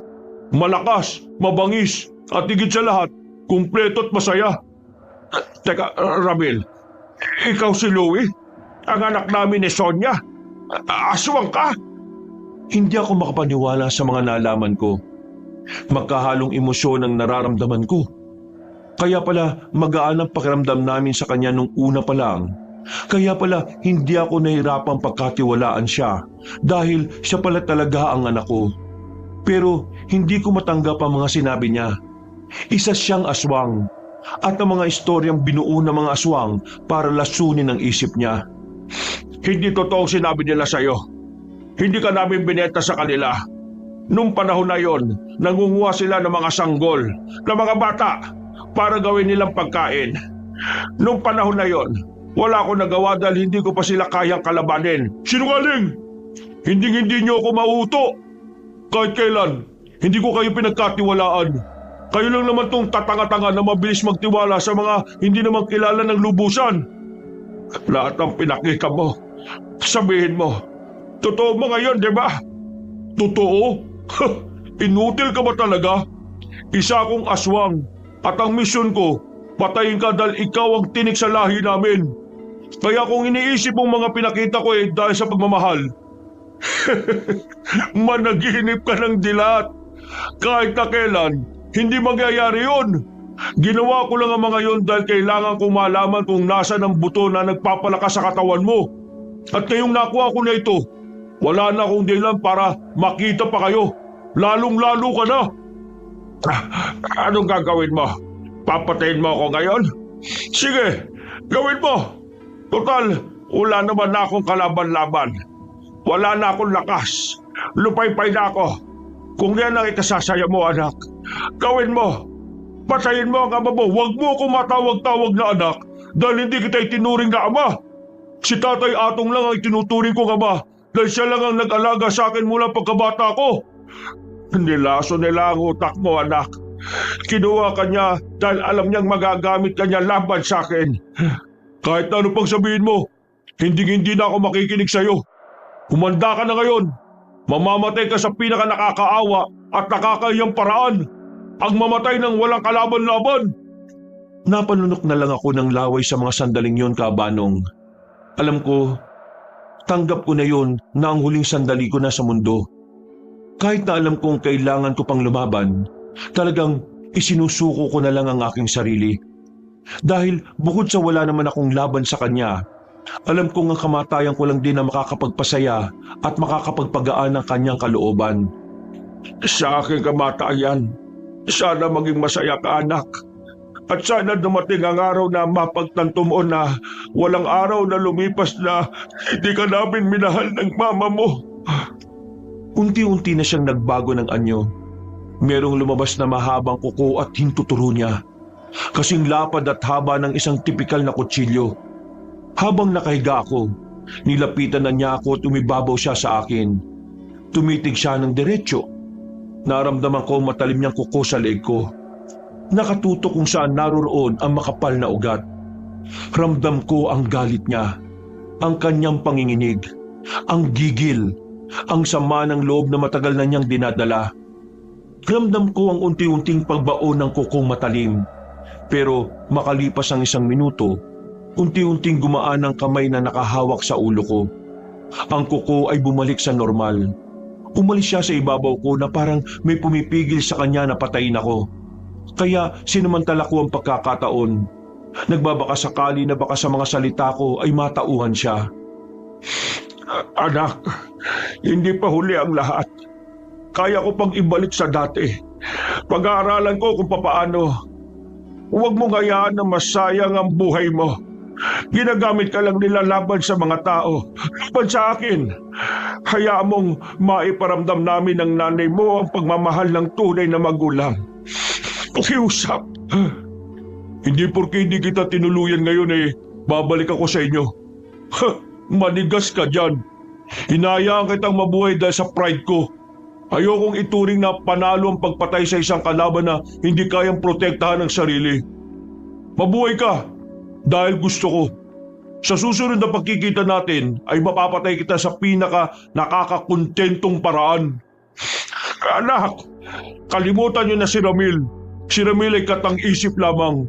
Ang isipin mo, si Louie, dahil yun ang papatay sa inyo sa susunod na pagkakataon.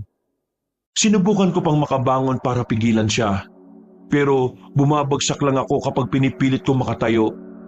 Hindi nagtagal ay nawala na rin siya sa paningin ko. Louie! Tak! Nakailang ulit akong pagsigaw sa tulay na yon. Pero kahit na anong gawin ko, hindi na siya bumalik. Maya-maya pa, naramdaman kong mas lalong umina ang katawan ko. Muli akong bumagsak ng pinilit kong bumangon. Hanggang sa bigla na lang akong nawala ng malay. Pagising ko, meron akong nakikita mga alitap-tap sa harapan ng mukha ko. Maya-maya pa, sa mga sandaling yun, hindi ko alam kung bakit parang hinahatak nila ako para sundan sila. Ang pinagtataka ko rin kung bakit parang kinakaya ko nang makabangon. Medyo nangihina pa rin ako pero naitutukod ko na ng mas matagal ang mga tuhod ko. Nakakatayo na rin ako kahit na medyo gumegewang. Bakit usa akong sumusunod sa mga alitap-tap na ito? Pinipilit kong pigilan ng mga paa ko sa paglalakad pero hindi ko magawa. Nagpatuloy lang ako sa paglalakad. Hanggang sa makalipas ang halos 5 minuto, nakapasok na ako sa kagubatan.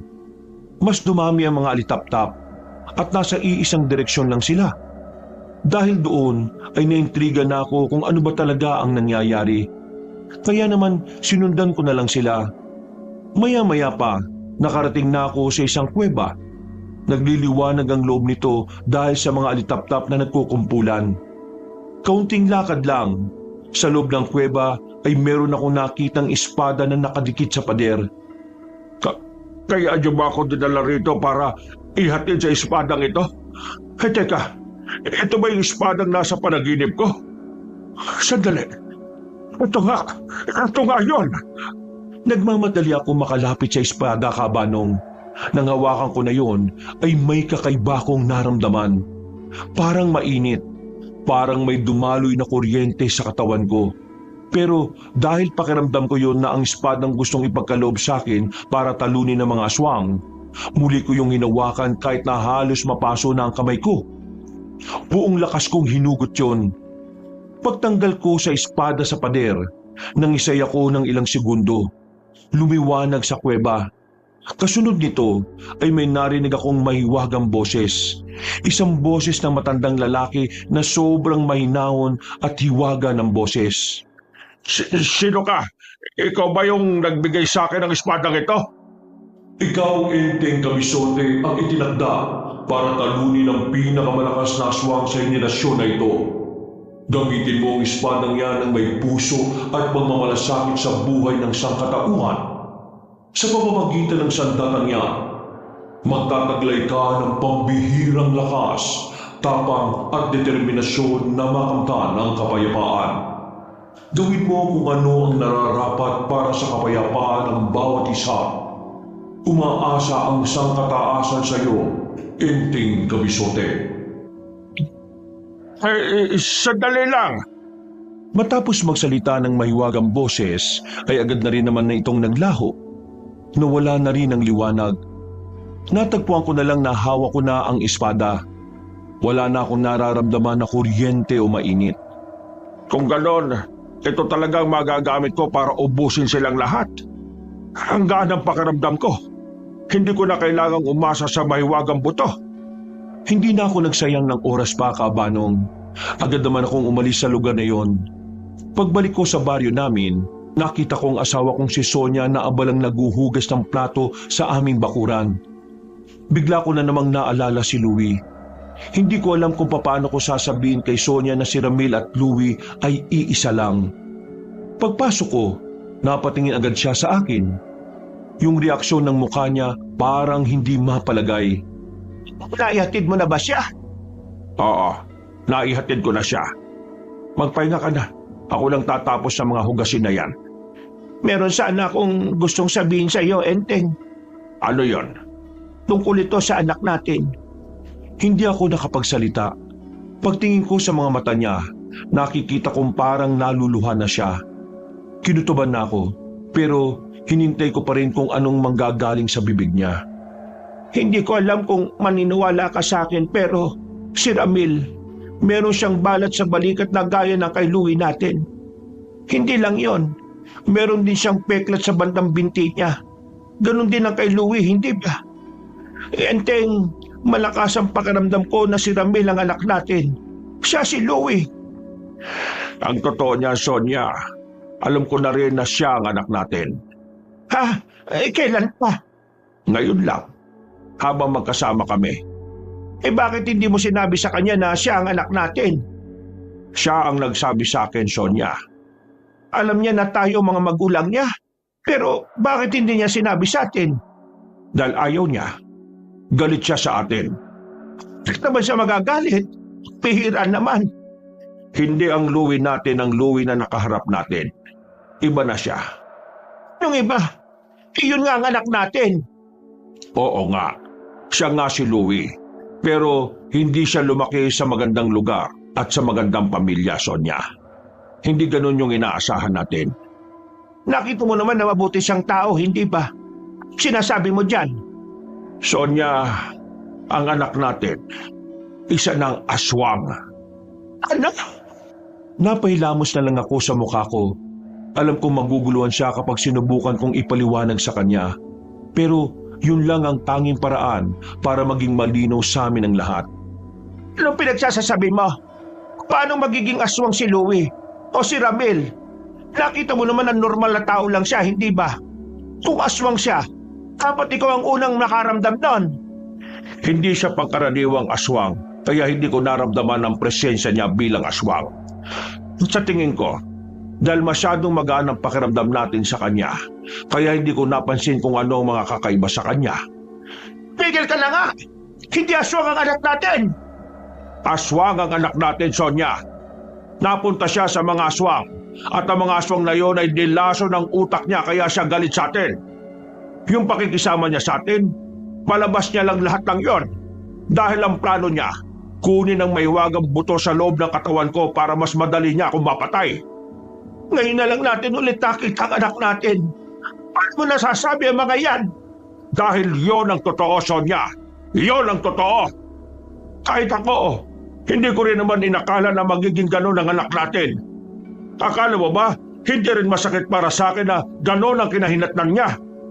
Mahirap din para sa akin ang isang inosenteng bata na anak natin noon ay isa ng mabangis na aswang ngayon.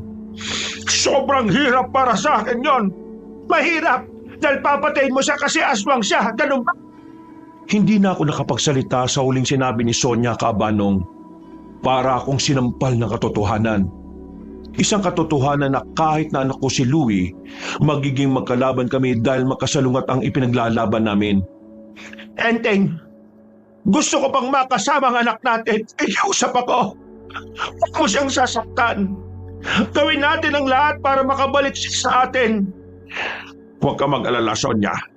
Susubukan ko makausap si Louie para mahikayat ko siyang magbalik loob sa kabutihan. Niyakap ko na lang ng maigpit si Sonia Cabanong nung mga sandaling yon. Parehong mabigat ang kalooban namin. Ako, hindi ko alam kung papaano ko susolusyonan ang problemang yon. Pinagdarasal ko na lang na sana magkaroon ng himala. Kinabukasan, nakipagkita ko kay Ricardo at David.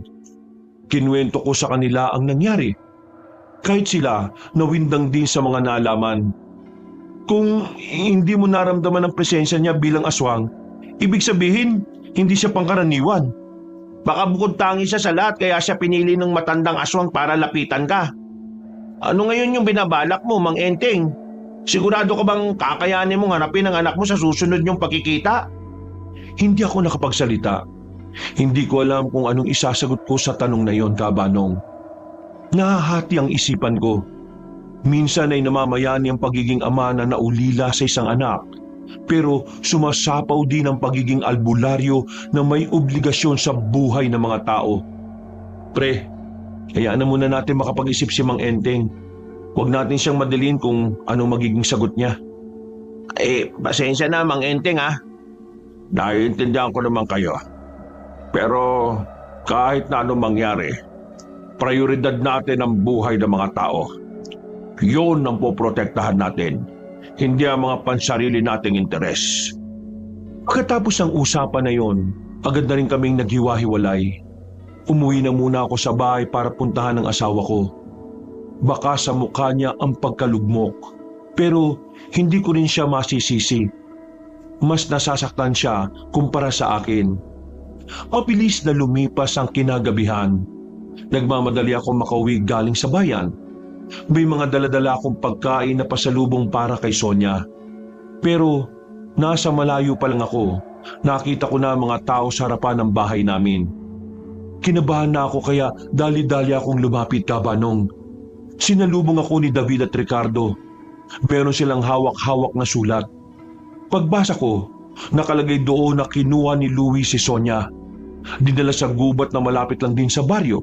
At sinabi rin doon na kailangan kong pumunta para ipantubos ang sarili ko. Sasama kami. Hindi na. Laban ko na ito. Problema na namin to bilang pamilya. Anong bilang pamilya? Hindi ka nakakasiguro na si Louie o Ramil lang ang nandun. Baka mamaya mapatay ka nila doon. Tama si David, Mang Enteng. Patibong lang ang ginagawa niya. Huwag na kayong sumama. Pero meron ako ipapagawa sa inyo. Meron pa akong isang kakilala na albularyo din. Pero nasa dulong baryo siya. Hindi ko siya gaano kasundo, pero pareho kami ng adikain pagdating sa pagpatay sa aswang. Kausapin niyo siya. Makiusap kayo na magpadala siya ng maraming manunugis kung saan ako pupunta. Sumang-ayon naman ang dalawang binatilyo. Nang magkasundo na kami, ay hindi na ako nagsayang pa ng oras. Agad na rin akong umalis dala ang mahiwagang espada na nakuha ko sa kuweba. Hindi naman kalayuan ang kinaroroonan ng gubat kaya nakarating ako kaagad. Nakatayo lang ako habang pinalilibutan ng mga nagtataasang punong kahoy. Nakikiramdam, nagmamasid sa dilim habang nasa ilalim ng bilog at maliwanag na buwan. Hindi nagtagal, naramdaman ko na ang presensya ng isang aswang. Isang pamilyar na presensya. Mabuti naman at sumipot ka. Alangan namang hindi. Buhay ng asawa mong nakataya. Walang hiya ka. Nasaan si Sonia? Ilabas mo siya. Pep. Kalma. Darating din tayo sa parting yan. Huwag kang magmadali. Alam ko naman na sabik ka ng makumpleto kayo ulit. Ikaw ba nagpalaki sa anak ko? Anak mo o anak ko? Louie mo o si Ramil? Kahit ano pang pangalan niya, anak ko pa rin siya. Hindi mo na siya anak mula nang hinayaan mo siyang mapunta sa amin. Siya na si Ramil ngayon. Pero tinatawag niya ang sarili niyang Louie. Kaya nararamdaman ko na meron pa rin kabutihan sa kalooban niya. Tinatawag niyang Louie ang sarili niya dahil nalaman niya na yun ang pangalan niya noong bata pa siya.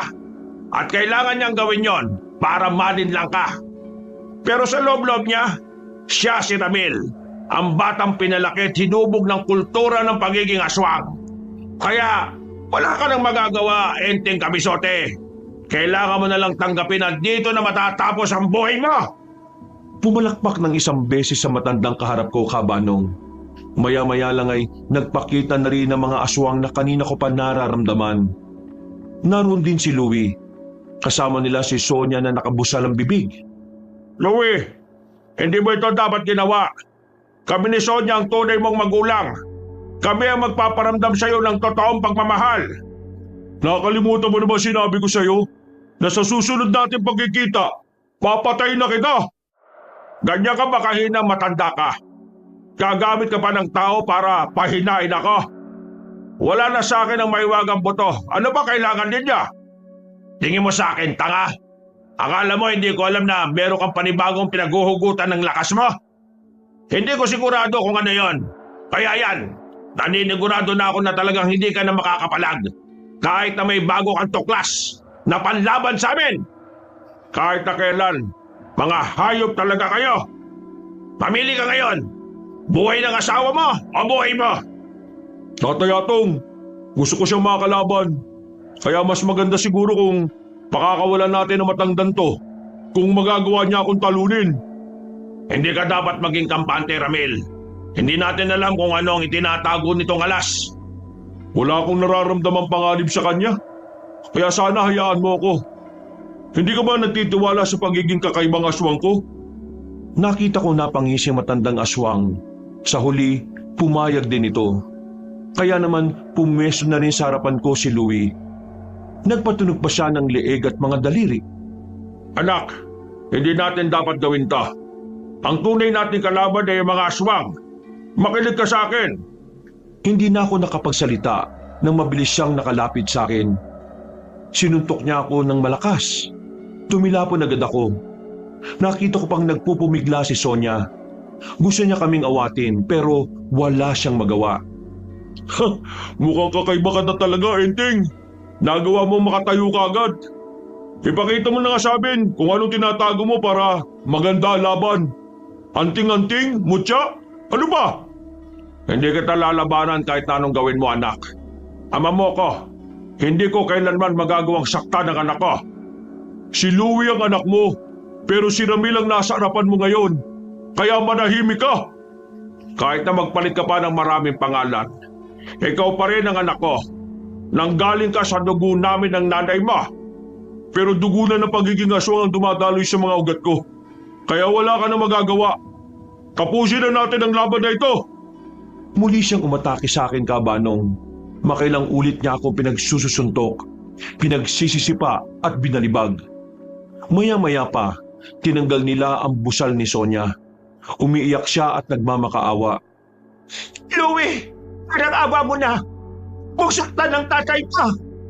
Pero kahit na anong pakiusap niya, ay hindi niya pinakikinggan si Sonia. Nung mga sandaling yon, alam ko mamamatay ako kapag hindi ako lumaban. At kapag namatay ako, mamamatay rin ang asawa ko. Kaya kahit na masakit para sa akin na harapin si Louie, nilakasan ko na lamang ang aking loob. Mas matimbang sa akin si Sonia kaysa sa anak kong makakapagdulot ng kapahamakan sa maraming buhay. Kung ito ang gusto mo, anak, sige, lalabanan kita. Yan! Yan ang gusto ko! Lumalaban! Yan ang maganda! Hinugot ko na ang espada ko Sandali kong ipinikit ang aking mga mata. Dinama ko ang kapangyarihan ng mahiwagang espada. Pero sa hindi ko malamang dahilan, wala akong maramdaman. Parang normal na espada lang yon. Bigla akong kinabahan. Batid kong hindi ko kakayaning talunin ang mga aswang na naroon kung pakaraniwang tao lang din ako. Oh, ano ba tinitingin-tingin mo? Lapit! Nakita niyang nagdadalawang isip ako kaya siya na ang naunang gumawa ng pag-atake. Muli niya akong nilapitan. Tinamaan na naman niya ako ng malakas niyang suntok. Nakaramdam ako ng hilod dahil doon. Pero agad din naman akong nakarecover. Nabugbog pa ako ng nabugbog. Saka ko lang napagtanto kung bakit hindi lumalabas ang kapangyarihan ng espada. Yun ay dahil nag-aalangan pa rin akong gawin ang tama. Dahil hindi ko kayang tanggapin na kalaban na ang anak na itinuturing ko. Nang maramdaman ko na ang kapangyarihan ng espada, saka naman ito nawala sa akin. Pag-atake ulit sa akin ni Louie, nabitiwan ko yon. Kung ganun, nasa espadang yan ang tinatago mong alas ha? Alam ko na ngayon. Sinipa niya pa yun palayo sa akin. Sinubukan kong kunin pero hinarangan niya ako. Sinipa ng malakas kaya mas lalo kong napalayo sa sandata ko. Kahit na kailan. Matalino ka talaga, Ramil. Hindi mo ako binibigo. Siyempre, nagmana ako sa iyo eh. Sige, kung hindi mo talaga ako kayang ituring na ama, ayos lang. Hindi ko hahayaan na saktan mo ang mga taong mahal ko. Anak kita, pero hindi ikaw ang anak na gusto namin. Kung ikaw ang magiging dahilan para magdusa ang maraming tao, mas pipiliin ko sila kesa sa iyo, Louie. Kaya magmula sa oras na ito, hindi na ako magdadalawang isip na kalabanin ka. Hindi ko na pipigilan ang sarili ko. Gagawin ko kung ano ang tama. Sige, gawin mo kung anong gusto mo. At gagawin ko naman kung anong naaayon sa layunin sa lahi naming mga aswang. Sa muli niyang paglapit sa akin, mas naramdaman ko na ang lakas ng pagkakasuntok niya sa tiyan ko. Namilipit ako sa sakit. Nakita ko na lang na pinahaba na niya ng ilang pulgada ang kanyang kuko. Handang-handa na niya akong paslangin. Louie, kayo siya! Huwag gawin ito! Tapos siya! Mahal ka niya! Mahal ka namin! Hindi totoo pinamigay ka namin sa mga aswang para lang sa pera. Ang kwento lang ng mga aswang ang alam mo. Hindi ang kwento namin. Kaya, kinig ka naman, anak. Manahimik ka! Ang mga tinatawag niyong masama ay ang mga tumulong sa akin para mabuhay. Kaya wala kayong karapatan na ituring silang salot. Dahil yun ang sinalpak nila sa utak mo. Ang maniwala ka sa mga kasinungalingan. Manahimik ka! Gusto kakalmutin na niya ako nang biglang dumating ang mga resback na tinawag ng 2 binatilyo. Agad na sumiklab ang gulo. Nagkandalabo-labo na. Ramil, tigilan mo muna yan. Hayawan na muna ang mga bata natin dito. Hindi, kaya-kaya ko naman silang labanan. Makinig ka sa akin. Umalis silang dalawa. Habang ang mga aswang naman na kasama nila ay hinarang ang mga manunugis na resback. Mabilis naman akong inalalayan ni Ricardo at ni David. Ayos ka lang ba, Mang Enteng? Oo, ayos lang ako. Ang asawa ko, si Sonia. Nasaan ang asawa ko? Huwag kayong mag-alala. Nailigtas na siya ng mga kasama natin. Asikasuhin niyo ang mga aswang dito. Kailangan kong habulin si Louie at ang matandang aswang na yon. Paano mo sila kakalabanin kung mag-isa ka lang? Sigurado ka bang kakayanin mo sila? Habang nagkakagulo, inilahat ko ang kamay ko. Nagulat sila nang biglang lumipad ang espada papunta sa kamay ko. Lumika ito ng malakas na hangin. Lahat ay namangha, pati ang mga aswang ay sandaling napatigil. Pagkagupit ko, ay gumawa ito ng malakas na hangin na siyang nagpatilapon sa mga aswang. Kakayanin ko sila, kahit 2 pa sila. Kaya pakiusap, kayo na muna ang bahala kay Sonia. Ayoko makita niya kung paano ko tapusin ang buhay ng anak namin. Tumayo silang dalawa. Hindi na ako nagdalawang isip pa. Agad akong umalis doon at sinundan ko ang amoy nila Louie. At sa halos 5 minuto kong paghahanap sa kanila, narating ko na rin ang kinaroroonan nilang dalawa. Anga rin ako sa iyo, Entina. Talagang sinundan mo pa kami rito para lang mamatay. Kung talagang nag-iisip ka, dapat alam mong hindi ako susunod dito kung alam kong wala ako magagawa. Anong gagawin mo, Tatay Atong? Haharapin ko ang isang ito. Ako nangarap sa kanya. Ikaw ang pag-asa ng angkan natin, Ramil. Kaya ikaw ang huling alis natin. Manood ka na lang muna riyan. Hindi ka dapat maging kampante sa kanya. Kailangan muna natin alamin kung anong magagawa ng espada niya. Saka natin siya pagtutulungan kapag nakita mong hindi ko na talaga kaya. Ano? Tapos na ba ang pag-uusap niyo? Gusto ko nang simulan to. Naghihintay na sa akin ang asawa ko. Sa tono ng pananalita mo, mukhang kampante at malakas ang kumpiyansa mo sa sarili ah. Sige, tingnan natin kung anong magagawa mo. Naglakad na papalapit sa akin ang aswang na si Atong. Habang naglalakad siya, ay unti-unting nagbabago ang kanyang anyo. Naramdaman ko naman ang kakaibang kapangyarihan na dumadaloy sa kamay ko. Nagmumula yun sa espadang hawak-hawak ko. Sobrang lakas ng enerhiyang nararamdaman ko roon, kaya hindi na ako nagpatumpik-tumpik pa. Nagulat pati si Louis sa ginawa ko. Sa sobrang bilis, hindi na niya namalayang napatay ko na si Atong. Nakatarak na ang espada ko sa tiyan ni Atong at nang hugutin ko yon, unti-unti itong nangitim at kalaunan ay naging abo. Masyado kang maraming sinasabi. Anong ginawa mo? Anong ginawa mo sa tatay ko? Magsasalita pa sana ako pero nagbago na rin ang anyo si Louie. Lumaki to, tumangkad, hanggang dibdib na lang niya ako. Mas naging maskulado pa ang katawan. Lumabas ang 3 sungay sa ulo niya. Naghahabaan din ang kanyang mga kuko na singtalim na ng kutsilyo. Meron din siyang buntot na merong tuli sa ulo. Ang mukha niya naman ay kumulubot at pumangit. Isa na talaga siyang halimaw ng mga sandaling yon.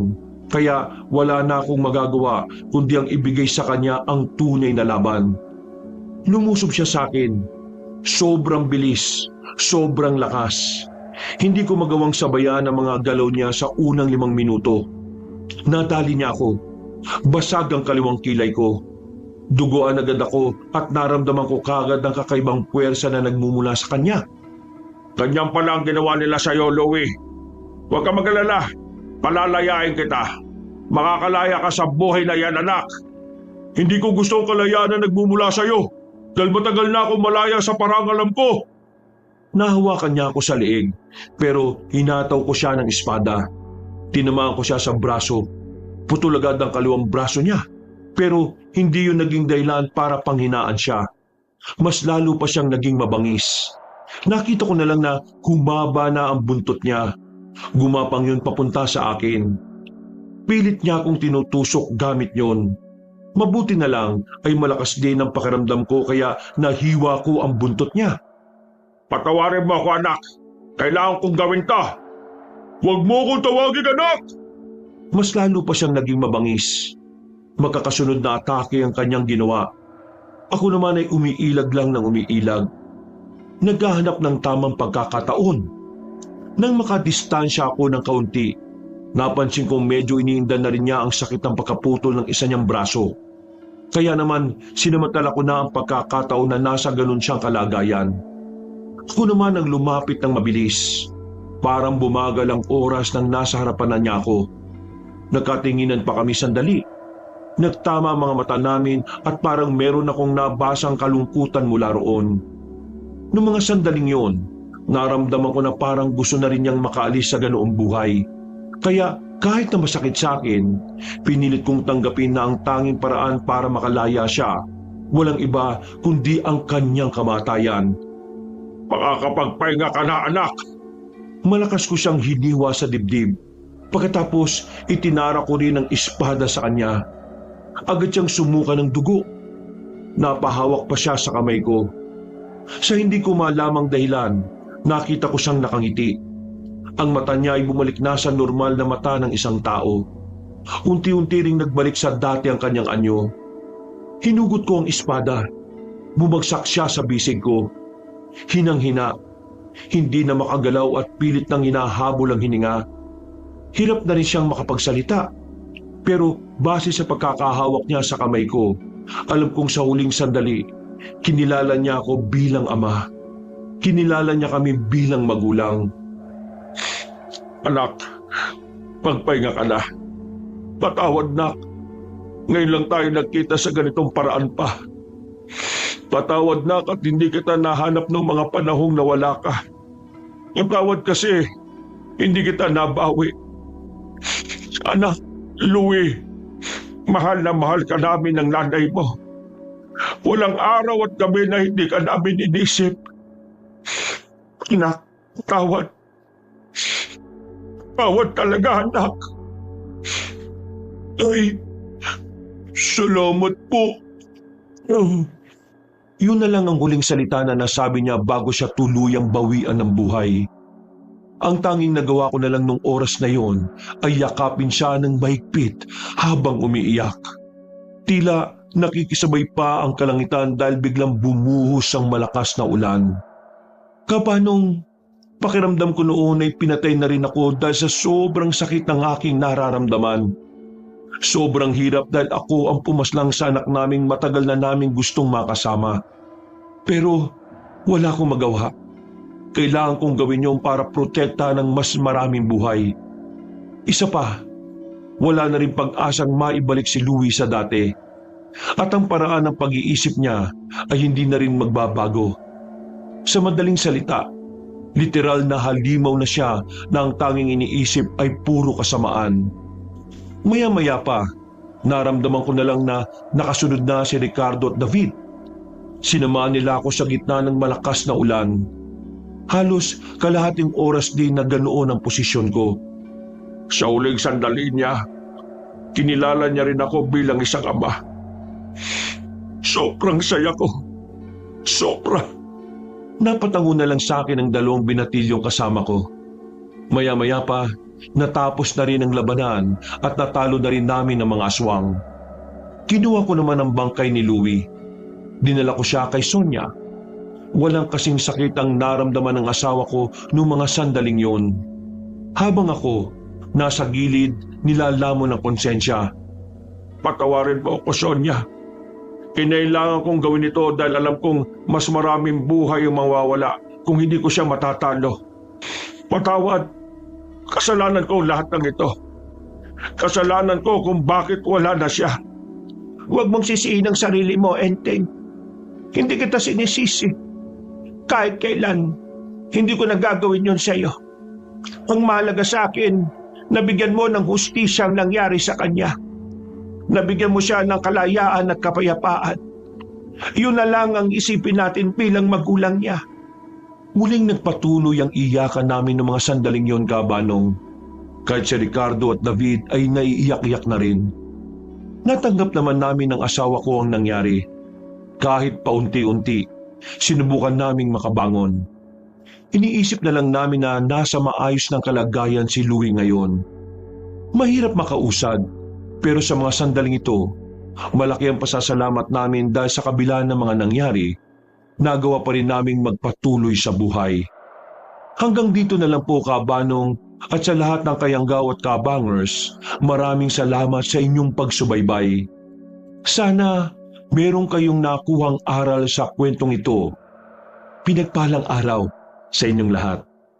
Mga kabangers, mga kayanggaw, bago tayo magwakas, ako po'y naglalambing sa inyo na sana ay isubscribe nyo naman po yung iba pa natin mga channel. Yung Pamela Clamil na channel natin at yung bagong-bagong channel natin na Kabanong version 2.0 kung saan meron na pong mga moving images doon. So, pwede na po kayong manood habang nakikinig kayo ng mas pinagandang narration with music and effects. O di ba mas maganda po yun? Kaya sana po, huwag niyong kalimutang mag-subscribe para makasama kayo sa first 100,000 subscriber ng channel na yon. At syempre, mag-iwan na rin kayo ng comment, pindutin ang like button. Ilalagay po natin sa pin comment yung mga link ng mga nasabing channel.